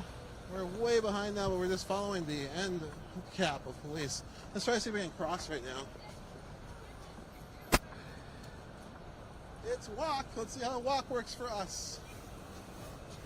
No.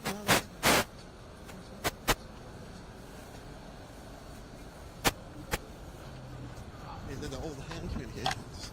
All right, so we're gonna stay. We're on the left-hand side. The march is on the other side. We're gonna just try and move a little quick to catch up to it. So just bear with us as we try.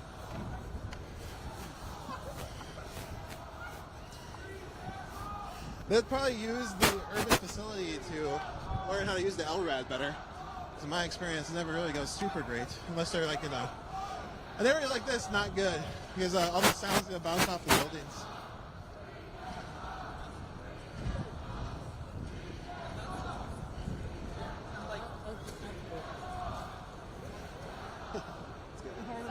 Oh no, we're all on the same boat here. We're doing our best.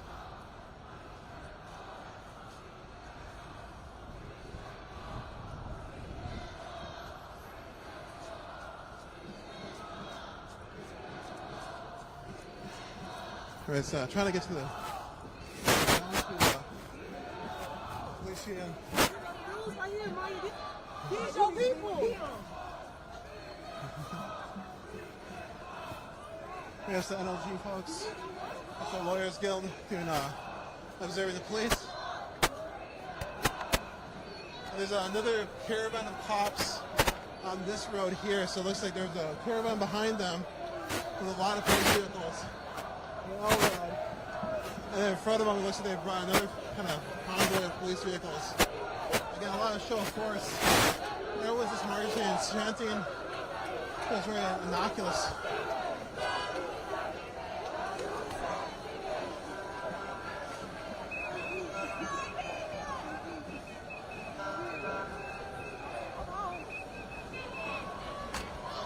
How's your battery? 12%. Let's pull in here and change it. And so we're going to have to change the battery really quick. We'll be right back. Hopefully it all works out okay, but here we are, life happening.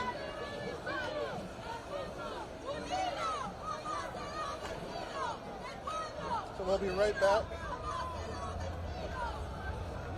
Let me know. Are they moving? That's getting heavy.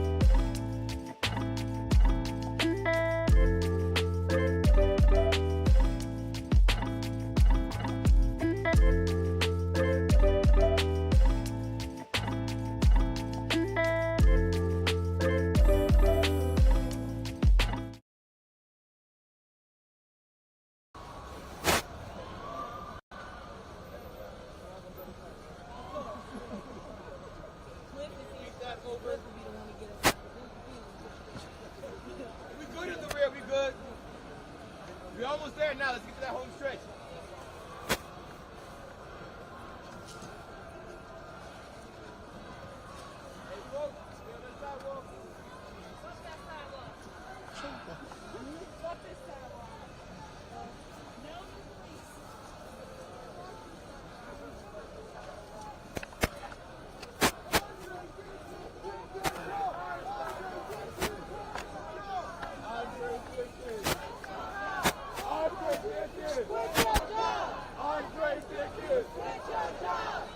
All right, everybody, thanks so much for bearing with us. We had to change the battery. We're going to keep this live.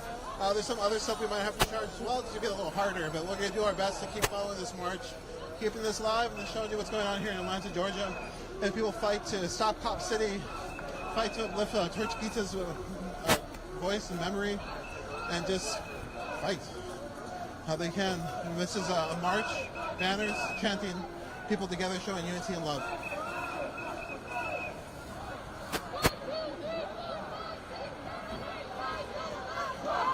People are chanting 2, 3, 4, 5, 6, 7, 8, 9, 10, 11, but 12. I think it says Atlanta versus 12 signs. There's a lot of different signs here. This week, NDN Creative Resistance Team hosted a community art build with Settlers on the New Ground song and connected with local folks and allies during this week of action to prepare some of the banners and signs you're seeing here tonight. So I don't know all of them exactly, but you take a look. A lot of these were made with the community.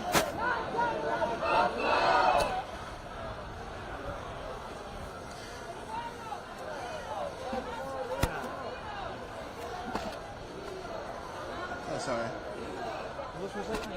Will you give me help, this camera? I got it. All right, we're dealing with rain, we're dealing with umbrellas, we're dealing with the gear, so let's bear with us here. Again, it is what's happening.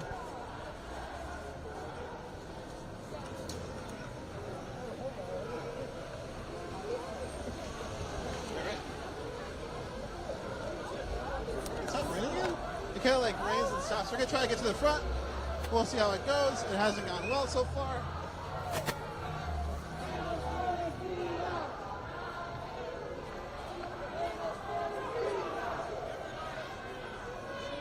It's a police vehicle.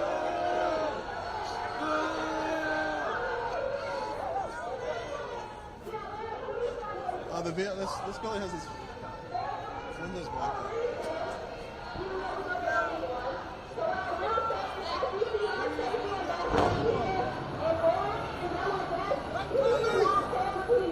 See the police officers have helmets here, no face masks. But if the policeman movement wouldn't be there, they'd probably come from an angle from the side. That's just a line they're trying to hold and nobody gets past it. Will I get closer? Oh, there's an officer with a gun. Look at this guy. This guy right here.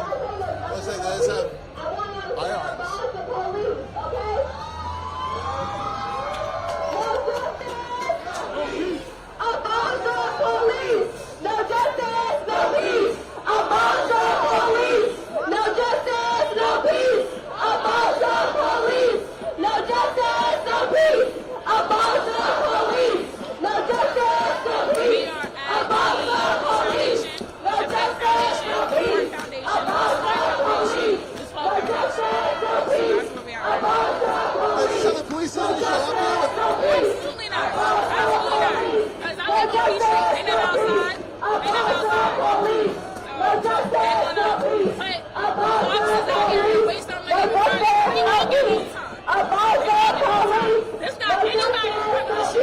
He owes some. Or we won't get our contracts and we won't get on some. We always protect something that I just got here. I do want to invite Amber, our next speaker, all the way from Memphis. All these police officers don't show up like this, Lauren just told us. This is why they show up for this group of people. Usually the police are not out in the street.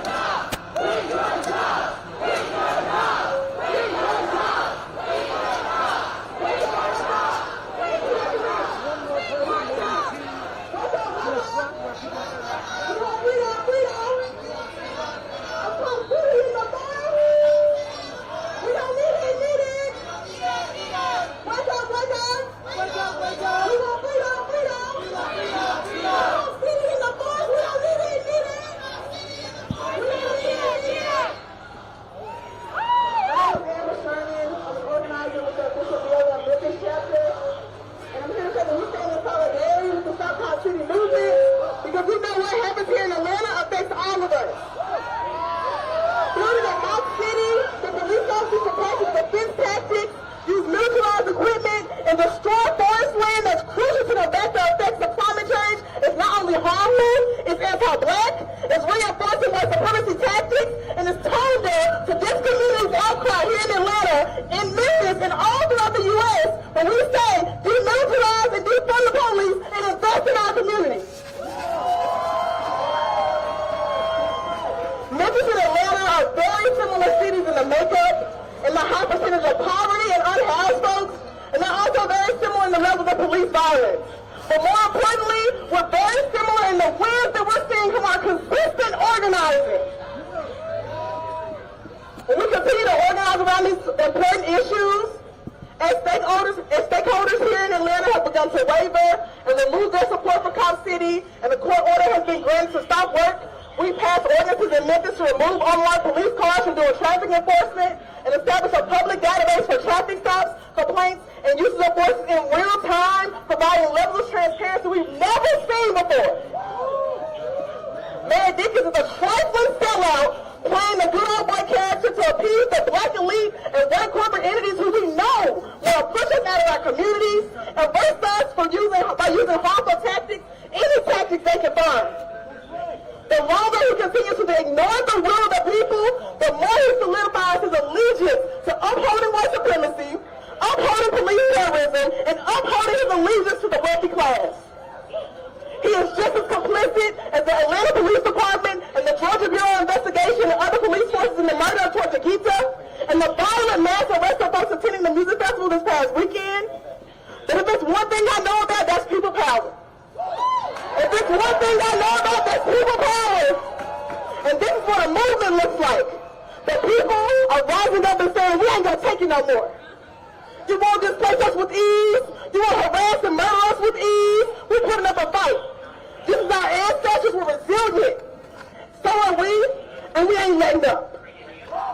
And I want you to know that you are not alone in this fight, that we are with you, we're ready to go to war with you, and we're not backing down. We won't allow them to build Cop City. We won't allow them to build Cop City, because when we said no Cop City, we've been on any land, and we meant that by damn any means necessary. Cop City will never be built. Cop City will never be built. Cop City will never be built. Cop City will never be built. Cop City will never be built. Cop City will never be built. Cop City will never be built. By any means necessary. Woo! Okay, next we're going to hear from Talia.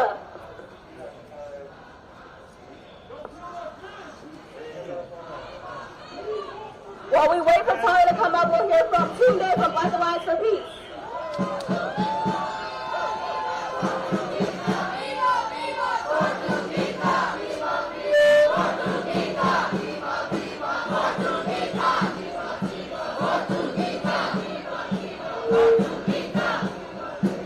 All power to the people! All power to the people! Peace, everyone. My name is Timber. I'm with the Black Alliance for Peace, and we're here, to show the solidarity with this movement to stop Cop City. Say, stop Cop City! Stop Cop City! In the Black Lives and Peace, we say Cobb City is an instrument of war against poor people, against colonized people, against black people all over the city, all over this country, all across this world. Okay? And so we're here today through our presence, collectively, to demonstrate that the people in this city are against Cobb City. We're not prepared to give a blank check to the police foundation to build this massive urban warfare facility. We're here today to put our voices and our bodies on the line. We're not going to allow them to wage war on us, on our communities, on our people. We're here today because we understand that the only way to stop Cobb City is through people power. It's through all of us coming together and becoming an organized force against the war that's being waged against us, right? And so we understand that we need people power because we understand what we're up against, right? We know that there are like over 40 political prisoners. They've been targeted because of just their willingness to stand up against the system, their willingness to really just put their bodies and their voices on the line. And we know that there's a long history of that, right? Like this war on us is long-standing. There are countless political prisoners in our mass incarceration system today, right? Like the 43 are part of a long legacy of repression, of state violence, of this war, right? And so we know that, for example, there's a political prisoner in Augusta named Kamal Siddiqui. I don't know if y'all have heard of Kamal Siddiqui. Free Kamal Siddiqui! Absolutely. Kamal Siddiqui was a target of COINTELPRO. He was captured in 2003 for a crime that was committed in 1971, right? A cold case, and in this vein, we understand that we need to say free them all. Say free them all. All freedom fighters, those connected to the South Cobb City movement and beyond, deserve our support. They deserve support for their commitment and resilience in the struggle for liberation that we're all in, right? Every one of us here. They deserve to live healthy and meaningful lives upon their release from prison, right, or jail. And so we need to support the 40-plus folks associated with the South Cobb City movement. We need to support Kamal Siddiqui. We need to support Mayor Jamil Al-Amin. We need to support Mumia Abu Jamal, right? Those are all folks connected to this struggle that we're all in, okay? So I think that's important to raise up. And so we understand that it's important for us to defeat this war, and that's why we're here today. All power to the people. All route to continua. The struggle continues. And if we keep struggling, victory is victoria. Let's organize, let's struggle, let's win. Thank you. Freedom all! Freedom all! Freedom all! Freedom all! Freedom all! Freedom all! Freedom all! Freedom all! Freedom all! Freedom all! Okay, now we're going to hear from Talia. Hi everyone, my name is Talia. I'm a senior at Georgia State University. I came to speak today because Georgia State is not only one of the main donors of Cobb City, not directly, but indirectly. They fund the Atlanta Police Foundation that we're at today. They also have one of the professors sitting on the board of the foundation. Me and many of my fellow college students came to protest today because we are against Cobb City. We are against having our tuition dollars, fund police brutality. We are against having our police dollars help militarize the police. We are against having our tuition dollars go to poisoning a river, go to destroying a forest, go to brutalizing black and brown communities in this area. We are against that. We never agreed to it, and we don't agree to it now. Secondly, I would like to address the mayor and the Atlanta City Council and the DeKalb County CEO. Note this, the way in which you all went about approving this facility, it was abysmal. It was unconstitutional, and it was downright disrespectful to the communities which you claim to represent. And then to claim that you haven't heard any of us saying that we are against this is bullshit. You're either not listening or you're plain out ignoring us. Everyone since the moment this facility was approved has been protesting, has been at city council meetings saying that we don't want it in every which way, form, and fashion. So you can't say that you haven't heard the cries against it. You have heard them, you chose to ignore them. But listen to this and remember once you got into office is the same way in which you will be removed. The citizens that voted for you this time will be the same ones to vote against you next time. We did not approve this, and you cannot sit here and claim to represent people when you vote and you approve things that go against every detrimental fact that helps us live, that helps us succeed in society. You cannot sit here and say that you represent us when you vote against our interests time and time again. You cannot sit and say you represent us when you approve shit that we were supposed to vote for and we don't vote for. That's right. And now I want to speak to the people who are watching from the outside. You might want to ask yourself, why should I care about Cop City? But know this, if it happens here, it'll happen where you live. What's to say they don't build it in Oakland, Miami, Houston, Memphis, New York? They already planning on building 5 facilities like this in the city of New York throughout the bureaus. So what's to say if it happens here, it doesn't happen to you? And know this, the same things that are happening here will continue, because the Tyre Nichols situation, we had a part in. Those people that killed Tyre Nichols were trained by some of the sergeants that were on the Atlanta Red Dogs team. Then they went to Memphis, built a Scorpion unit that was another version of the Red Dogs, and killed that man in the streets brutally and unjustly. So don't sit here and pretend like it's not already happening. It will happen again. It's not an if, it's a when. And lastly, I would like to say this. Atlanta residents do not approve this. We will not approve this. We don't approve it here in our city. We don't approve it in Buckhead. We don't approve it anywhere. We don't compromise on this. This is not something we're compromising on. We will be in the streets. We will be in the forest. We will be in the city council halls until you listen to us. Until you hear that we are not stopping. We will harass you until kingdom come if we have to. I don't care. I have time. I have all the time.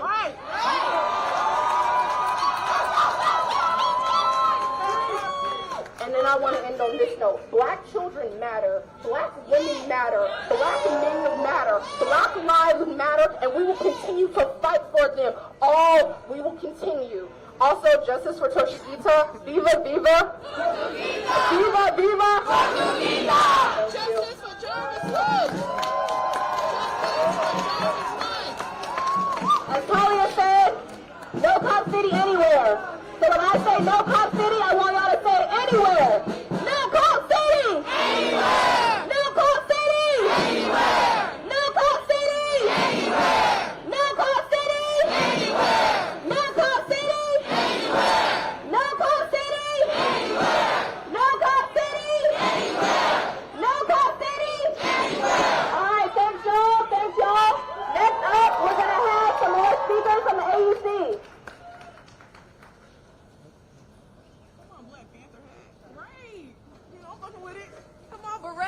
First things first, I am a revolutionary. I am a revolutionary. I am a revolutionary. Let the record state we can hear your police chatter, and we know you have police with riot shields behind those wooden planks. It appears as though in addition to frivolous and dangerous applications of terms like domestic terrorist, It's because you're cupping the mic. like domestic terrorist, this city is also potentially interested in labeling the people's various organizations as, quote, criminal organizations.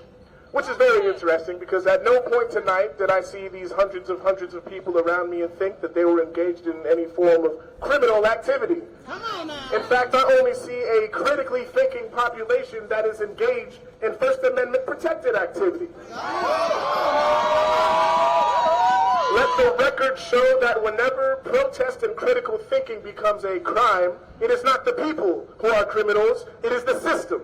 And when we look back through history, whether we're looking at Japan in the 60s, the Black South in the 50s, or Tiananmen Square in China in the 80s, we know that criminal systems always fear when their students join with their communities in recognizing the criminality of the system. That's why they're so scared. But of course, we must be fair, so before we rush to conclusions, I want to conduct a little poll, so please, when I ask yes or no, I would like you guys to reply yes or no. On the question of terrorism, the Oxford definition is someone who commits or threatens violence to further a political goal. This is too broad, and it is an utterly useless definition. It includes Nelson Mandela, Malcolm X, the Panthers, even MLK and JFK. Question number one, do we consider Nelson, Martin, Malcolm, Jack, and to be terrorists? No! No.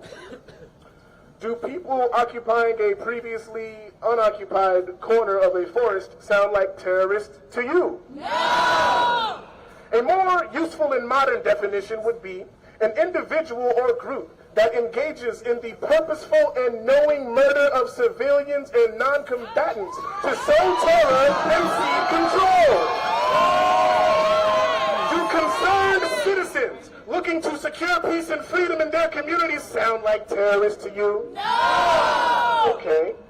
But does an individual cloaked in power, privileged by legal protection, who unjustly and violently executes civilians without a trial, who runs around in your community spreading death and fear, does this person sound like a terrorist to you? Yes! Fascinating. Does a grassroots network of various factions of concerned citizens fighting bravely in the war on injustice sound like a criminal organization to you? No! Does it sound like a terrorist organization to you? No! Well, how about an organization of heavily armed street soldiers known not only for internal gang activity, but for corruption? An organization that derives its power from physical, violent force. An organization that thinks itself above the law. An organization with a strict no snitching policy. Does this sound like a criminal organization to you? Yes! Fascinating. But of course, an organization that is perceived to be a criminal organization is not always known to contain entirely criminals. We don't believe in guilt by association. Unlike some parts of this government, we know that gang membership or affiliation, let alone affiliation with a record label, does not automatically make one a criminal. So I want to address something to the supposedly good cops, but specifically to roughly 58% of the APB. To the brother officers, do you, black brother officer, really think that training will be enough? Deep down in your heart of hearts, do you really think that more money, more guns, and more officers will solve community issues? You are aware that they mean to teach you how to suppress free protests and demonstrations. That they seek to employ through you, brother officer, urban warfare tactics, urban warfare tactical training, like the tactics used in Iraq, like the tactics that were used in Afghanistan, like the tactics currently used in Palestine, war on terror tactics used in all these places.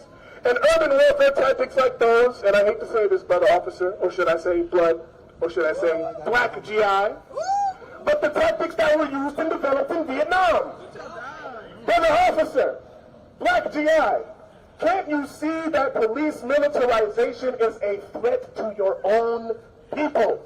Did you forget what they do to activists like Fred Hampton, or to civilians like Breonna Taylor? Yes.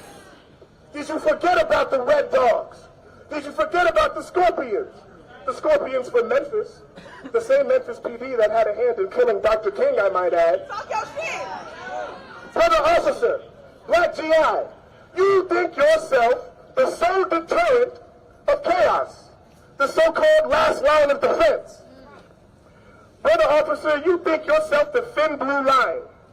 Do you remember what that even means? There was a time, black men, where the thin blue line considered itself the last line of defense against you. And much of that thin blue line still does to this very day. They protected some citizens against the jungle. That's what they called it, the jungle. Holding back the so-called monkeys, just like you and me. They feed you their propaganda and turn you not only against your own people, against Africans, but against the entire multiracial working class. Black GI, black street soldier. Do you really want to know where the term thin blue line comes from? Should we tell them? Should we tell them where this comes from? Well, it appears the people have spoken yet again. Brother officer, black street soldiers of the Atlanta Police Department and all police departments, The first American police force to begin adopting this brainwashing propagandistic rhetoric about a so-called thin blue line was the early New York Police Department. The bought and sold by the corrupt and racist Italian mafia for decades, New York Police Department. The descendant from slave catchers who hunted Frederick Douglass like a dog, New York Police Department. The lying, spying, wiretapping, currently being sued for the assassination of Malcolm X, New York Police Department. The stop and frisk Central Park jogger case, New York Police Department. But this is only the American origin of the term. Where did these pigs in New York draw inspiration from? We say it is no accident they want you using war on terror tactics against us, because we are fighting imperialism, not just here at home, but also abroad. The people in the NYPD who coined the phrase, thin blue line, took clear and deliberate inspiration from violent colonizers. From a thin red line. Anyone who remembers what your first grade teacher taught you about red coats should know exactly which brutal colonizers I'm talking about when I refer to a thin red line. The British. These are the battle cries and racist dogma of genocidal military forces that sought to enshrine white supremacist domination across the entire world, including in Africa, including in our host. Keeping back the jungle, destroying those of us they called criminals and savages, and occasionally terrorists. Brother officer, anytime you begin to move and think in racist rhetoric that took inspiration from even worse racist rhetoric, you are confused. And clearly someone wants you to be confused. Black GI, I'm urging you, lay down your arms. Your bullets, your mace, your tear gas, I came here unarmed. Can you say the same? When I step off this microphone, I have no intention of causing violence. Can you say the same? We the people are not your enemy, Black GI. And the people down the street at City Hall don't have to be either. So, for my final remarks, to the black political elite class of the city of Atlanta, a short and simple message. First and foremost, cancel the lease, make the forest a public park, do your civil rights history training somewhere else, do urban warfare training nowhere, free all political prisoners, and start spending more money on the community than on guns and tanks and fake cities you could run around in. Secondly, black politicians and leaders of Atlanta, recognize your position. Many of you think yourselves a credit to the race, merely by your station. You forget that for you to even occupy those halls, people had to fight, march, bleed, and die. Since the masses had to suffer for you to have your nice clothes in your nice corner office, advancement is not you in that office. Black faces in high places is not progress. Advancement only comes when the material conditions of the masses are lifted.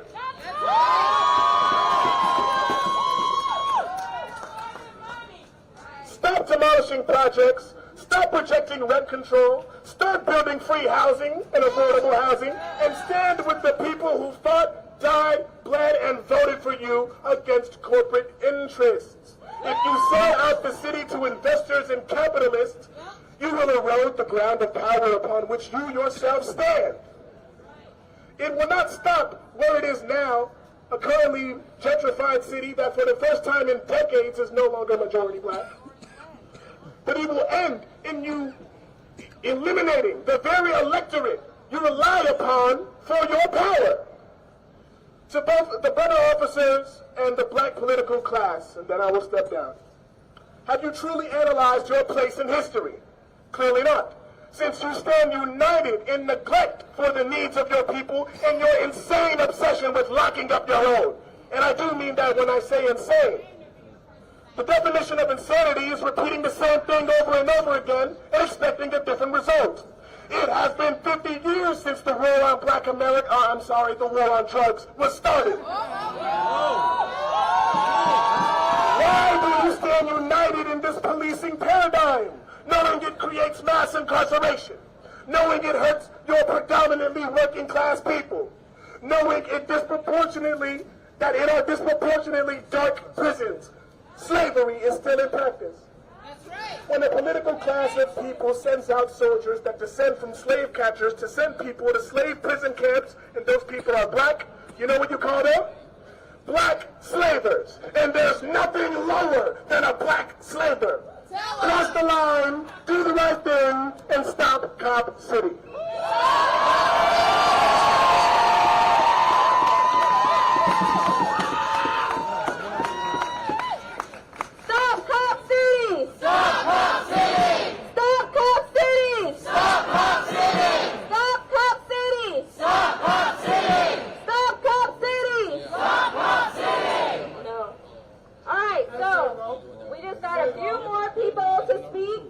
Next up, I want to hear from Sayu and Destiny.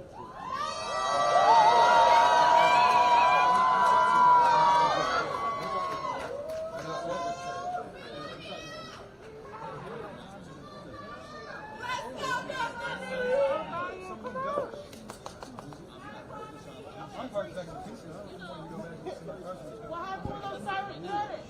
When we gonna talk about that? When are y'all gonna release the body cam footage? When are y'all gonna release the names of the Okay, we're gonna start with the chant. So this might not be one that y'all don't know, but y'all gonna know it now. So it goes like from the west side, from the west coast to the south. To the south. Cop City, we want you out. Cop City, we want you out. I said from the west coast to the south. To the south. Cop City, we want you out. I can't hear you.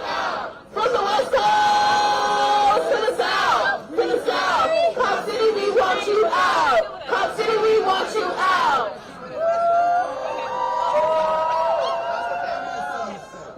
Hey y'all, thank y'all for being here. Real quick, I'm here representing the Black Coalition. I'm going to need every black person here to take out their cell phone real quick and open up Instagram. Thank you. So who is the Black Coalition? The Black Coalition is a coalition of black organizers, organizations, community members, and people, residents living in and out of Atlanta who are opposed to Cop City. Our Instagram and the person holding down the work, or the organization holding down the work, is In Defense of Black Lives Atlanta. That's at IDBL Atlanta on social media. IDBL Atlanta, In Defense of Black Lives. Plug in. If you want to help and you want to organize with more black people, get with us. In Defense of Black Lives Atlanta. Thank you. Okay. Next, I want to be real clear about what Cop City is, because I'm sure people here are supposed to know, but so many lies and disinformation. I'm going to get real clear about it. Cop City is the Atlanta Police's plan to tear down 400 acres of forest on the south side in the middle of a black community to build a militaristic training facility that is going to cost our city $85 million. That ain't right. That ain't right. At all. The Black Coalition demands of Atlanta, first and foremost, that there be no Cop City, not in the forest, not in a black neighborhood, not anywhere in Atlanta, not anywhere in Georgia, not anywhere near us, not anywhere far from us, that there be no Cop City. Yes. The second demand is that that $85 million be given to the community for the community to decide what to do with. For the community to choose for ourselves how we spend that money, whether we choose education for children, housing for our families. Well, what's your word? What's your word? Get it out! Get it out! Homeless shelters! Healthcare! Affordable house, there's so much we could use $85 million for, and $85 million every single year could go far. The third demand is for that land that they're planning to destroy and use to build this police militaristic training facility be given to the people for us to do what we want to do with it. Whether that be grow food, Thank y'all. Whether that's to grow our own food, to have our own community centers, or to just be free in a space that feels good. Those are our 3 demands, and that's what we're moving towards. Thank y'all.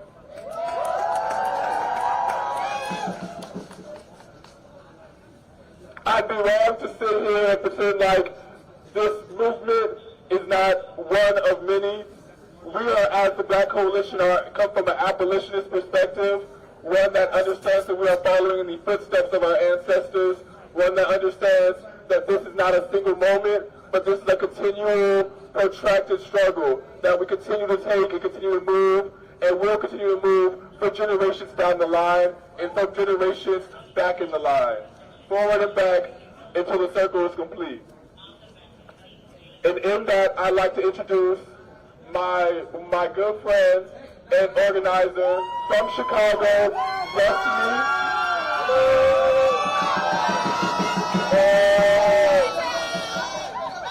The Black Coalition Strategy for Community Engagement came from the No Cop Academy movement and their work in Chicago that started in 2019 when Chicago police decided to build an extremely cop academy on the west side. Today, there's going to be a screening directly after this march. We will be walking from here to the location of the screening. It's about a 10-minute walk. We're there, we'll be screening the first showing of the documentary. But you get to hear it firsthand from one of the organizers themselves, Destiny. All right, can I speak to y'all for a moment? I said, can I speak to y'all for a moment? Okay, my name is Destiny Harris. I am a Black queer woman organizer from the west side of Chicago. Can we make some noise for that? So, as Dayu said, we know that this fight is not new. Abolition is not new. We have been talking about abolition for not 10 years, for 20 years, for 30 years. Abolition comes from slavery. This is not a new concept. Can we make some noise for that? So in that spirit, I'd like to talk a little bit about my hometown because we know that this is not a struggle that is isolated. So as Dayu said, in 2017, the mayor of Chicago tried to do the same shit that is happening here in Atlanta. Everybody say that ain't right. That ain't right. So what did the city try to do? They tried to build a $95 million cop academy in a predominantly Black and brown neighborhood within the city of Chicago. Everybody say that ain't right. On top of that, this was a few years after the city closed over 50 public schools in one of the largest public school closings in United States history. Say that ain't right. And why did the city close these schools? They closed these schools because they claimed they did not have enough money to keep them open. And where are we? 4 years later, we have $95 million coming out of our ass to fund cops. Everybody say that ain't right. So why is it that me, as a 5th grader, had to have my school closed down, right? Had to have half the city's mental health clinics closed down, but a few years later, we have $95 million to fund the cop academy, right? Do police keep us safe? No! Do keep us safe?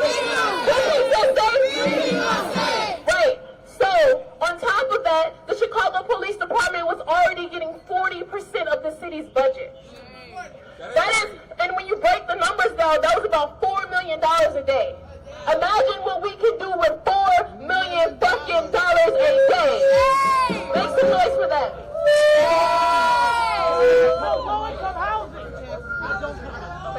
So, that's, when you calculate the math, that's $1.4 billion a year. Imagine what we could do with $1.4 billion a year. And a lot of you guys were talking about the mayor of Atlanta, right? Andre, we got to get him out of here, right? We got all these mayors, right, that are Black and brown and serve Black and brown cities and don't do shit in the interest of Black and brown people. The same thing was happening in Chicago. Mayor Lori Lightfoot, let's talk about it. Let's talk about it. Black queer woman, first Black queer woman mayor of Chicago. Black youth told her that we did not want a $95 million cop academy, that it did not make us feel safe, that we wanted money for schools, that we wanted money for housing, that we wanted money for health care. And what did she do? She laughed in our face. And what did she do? Not get reelected. So I need y'all to have the same energy that we had in Chicago.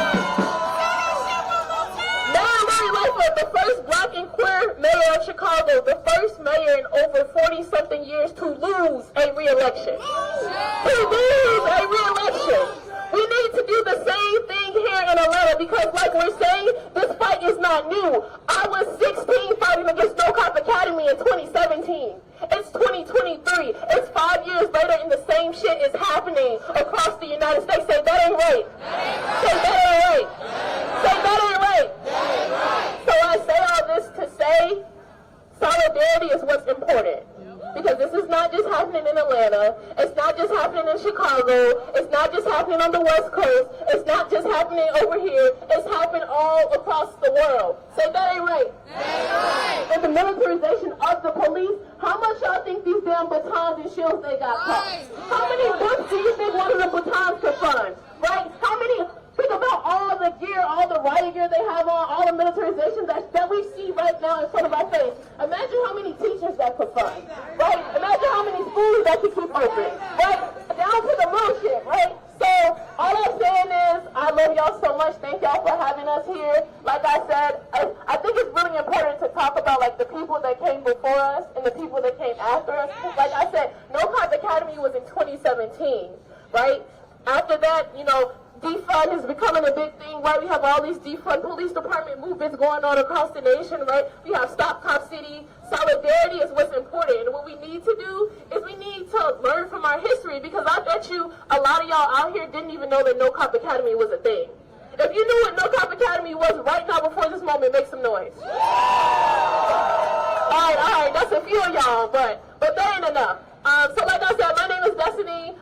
Thank y'all so much for having us.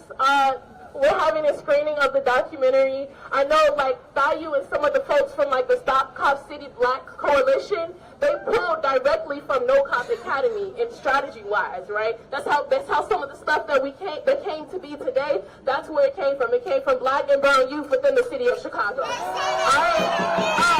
So when I say, fuck club, I say fuck club, fuck club, fuck club, fuck club. Thank you. We only have a few more speakers left. It's already past my bedtime, y'all, so I feel it. We only got a few more people left. Next up, we have Shantae. Hey, how y'all doing tonight?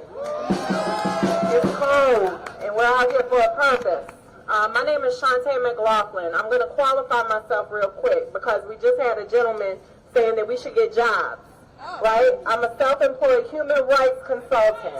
I ran for city council in East Point in 2021 under the guise of being someone with lived experience with mental health, under the guise of being someone that's justice impacted, under the guise of someone who's managed multi-million-dollar accounts and been the homeless person that we passed sleeping out here on these streets. So when I sit here and move my arm, I remember being incarcerated and having that police officer almost break my arm while I was pregnant with triplets in my belly. So when we talk about Cop City, we need to have a little more education. Let me qualify myself again. I'm in grad school at Morehouse School of Medicine in their magic program. Master's in Administrative Justice Volunteer. What does that mean? To rewrite the healthcare policies for our jails, prisons, and institutions. So when I say that we need to educate ourselves a little more, when it comes to things such as Cop City, right? We sit here and we say things like, we need more funding for our libraries. We need more funding for this. Guess what? The funding for Cop City comes out of our block grants. So when y'all start complaining about the potholes and the beautification, the money to fund that is coming from that. So you need to start saying, why is it that we have militarization in block grants? Why do our police officers need to have this equipment that if the city doesn't spend it, they lose this militarized equipment? So we need to start asking those kinds of questions. We need to start saying things like, hey, we need schools. Where can we take those funds from in our police budgets, in our city budgets, and where can we put...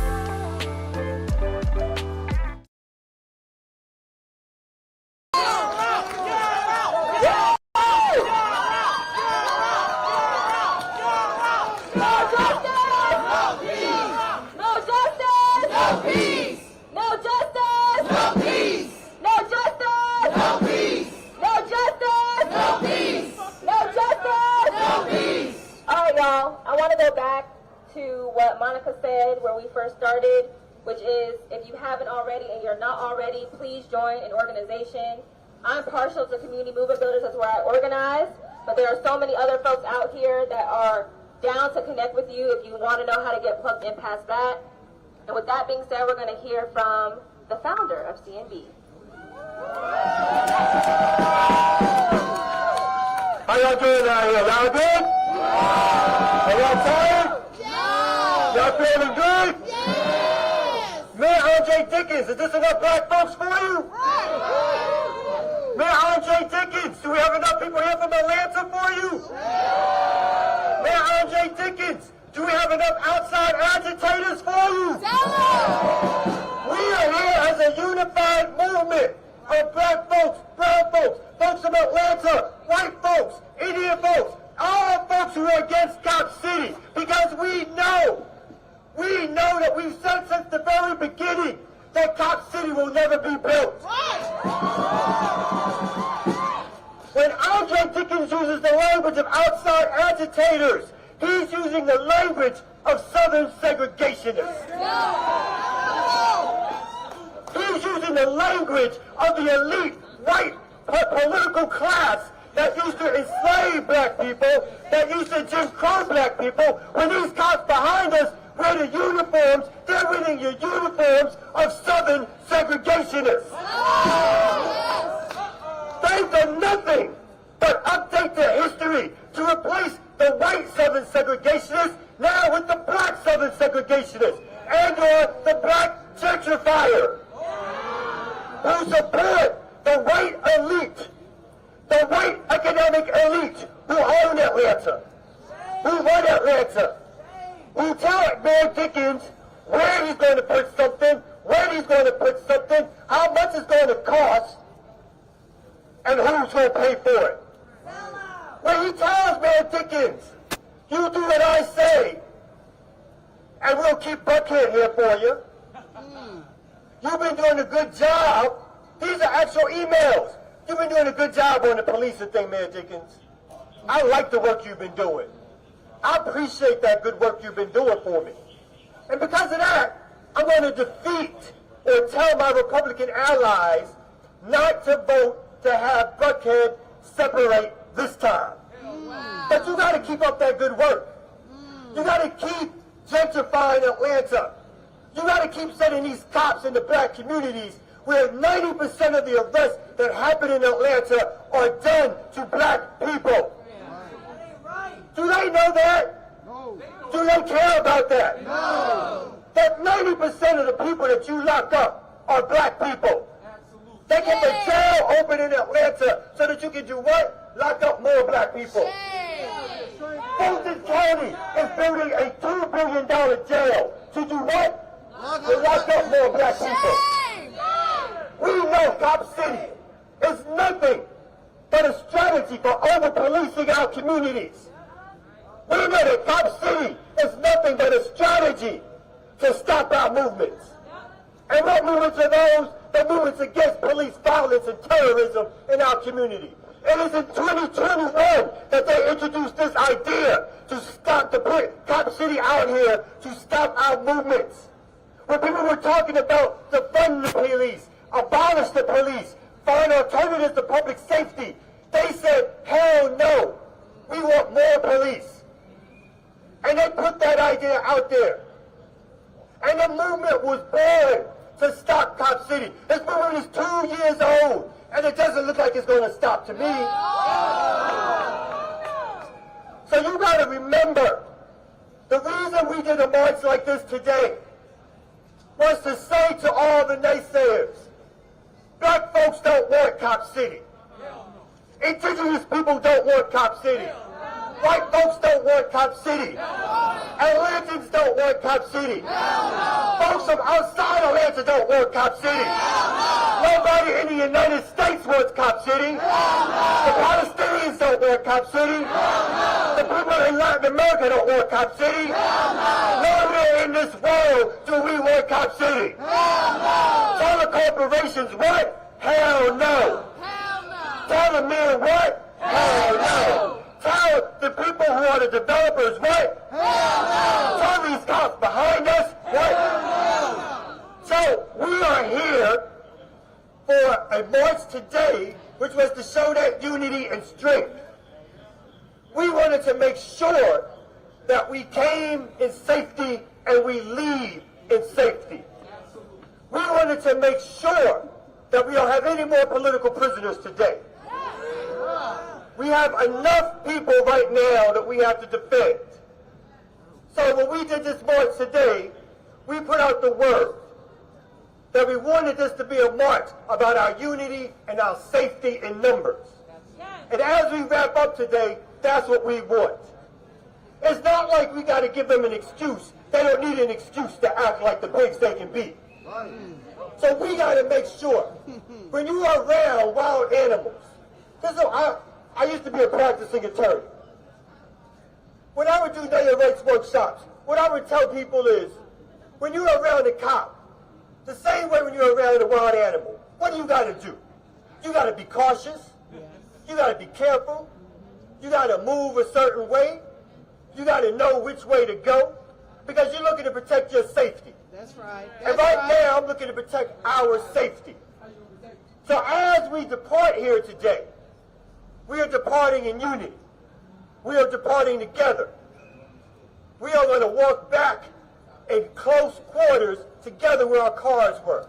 If you're going to MARTA, you're going to walk close together with other people as you go to MARTA.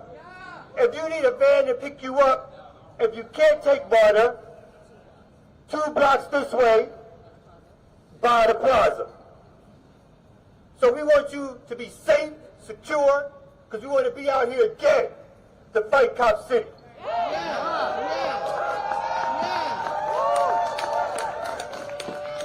We're going to do what? Stop Cop City! We're going to do what? Stop Cop City! We're going to do what? Stop Cop City! Let's go home.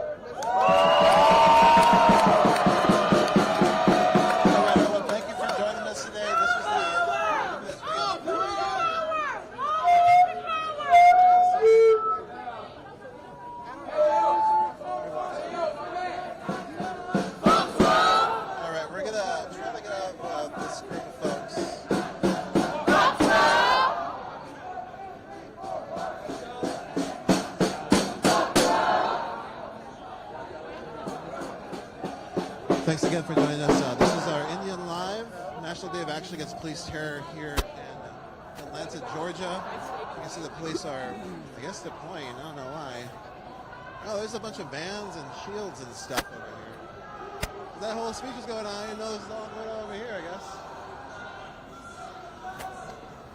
But they had a bunch of vehicles.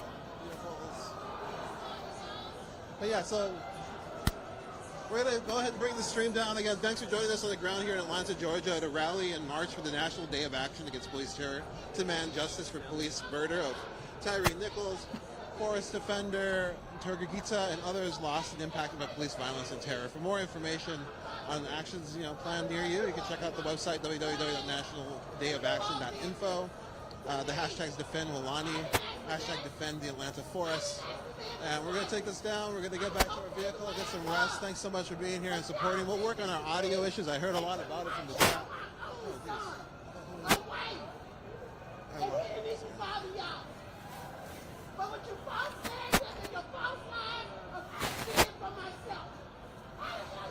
Yeah, sorry about that. I didn't realize. Yeah, people are upset.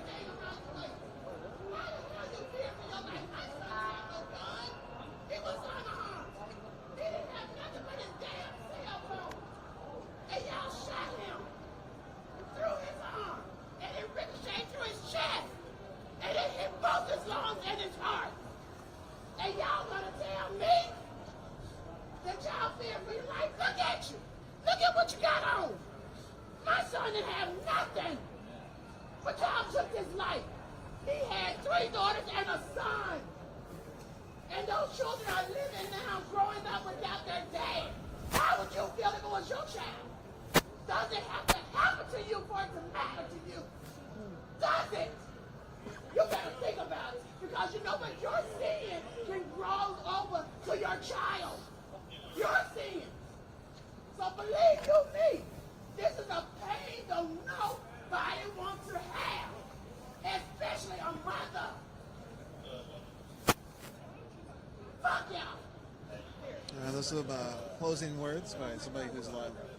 There's a family member was murdered by the police. Again, there's never justice when someone's life is lost. Let's continue. Again, just keep following hashtag Stop Cop City, defend Noelani, and thanks for being here. You can see all the lives affected by police terror, all the folks that came out. Talk soon. What do you mean I got a good video? I'm just hanging out here. Huh? So, what?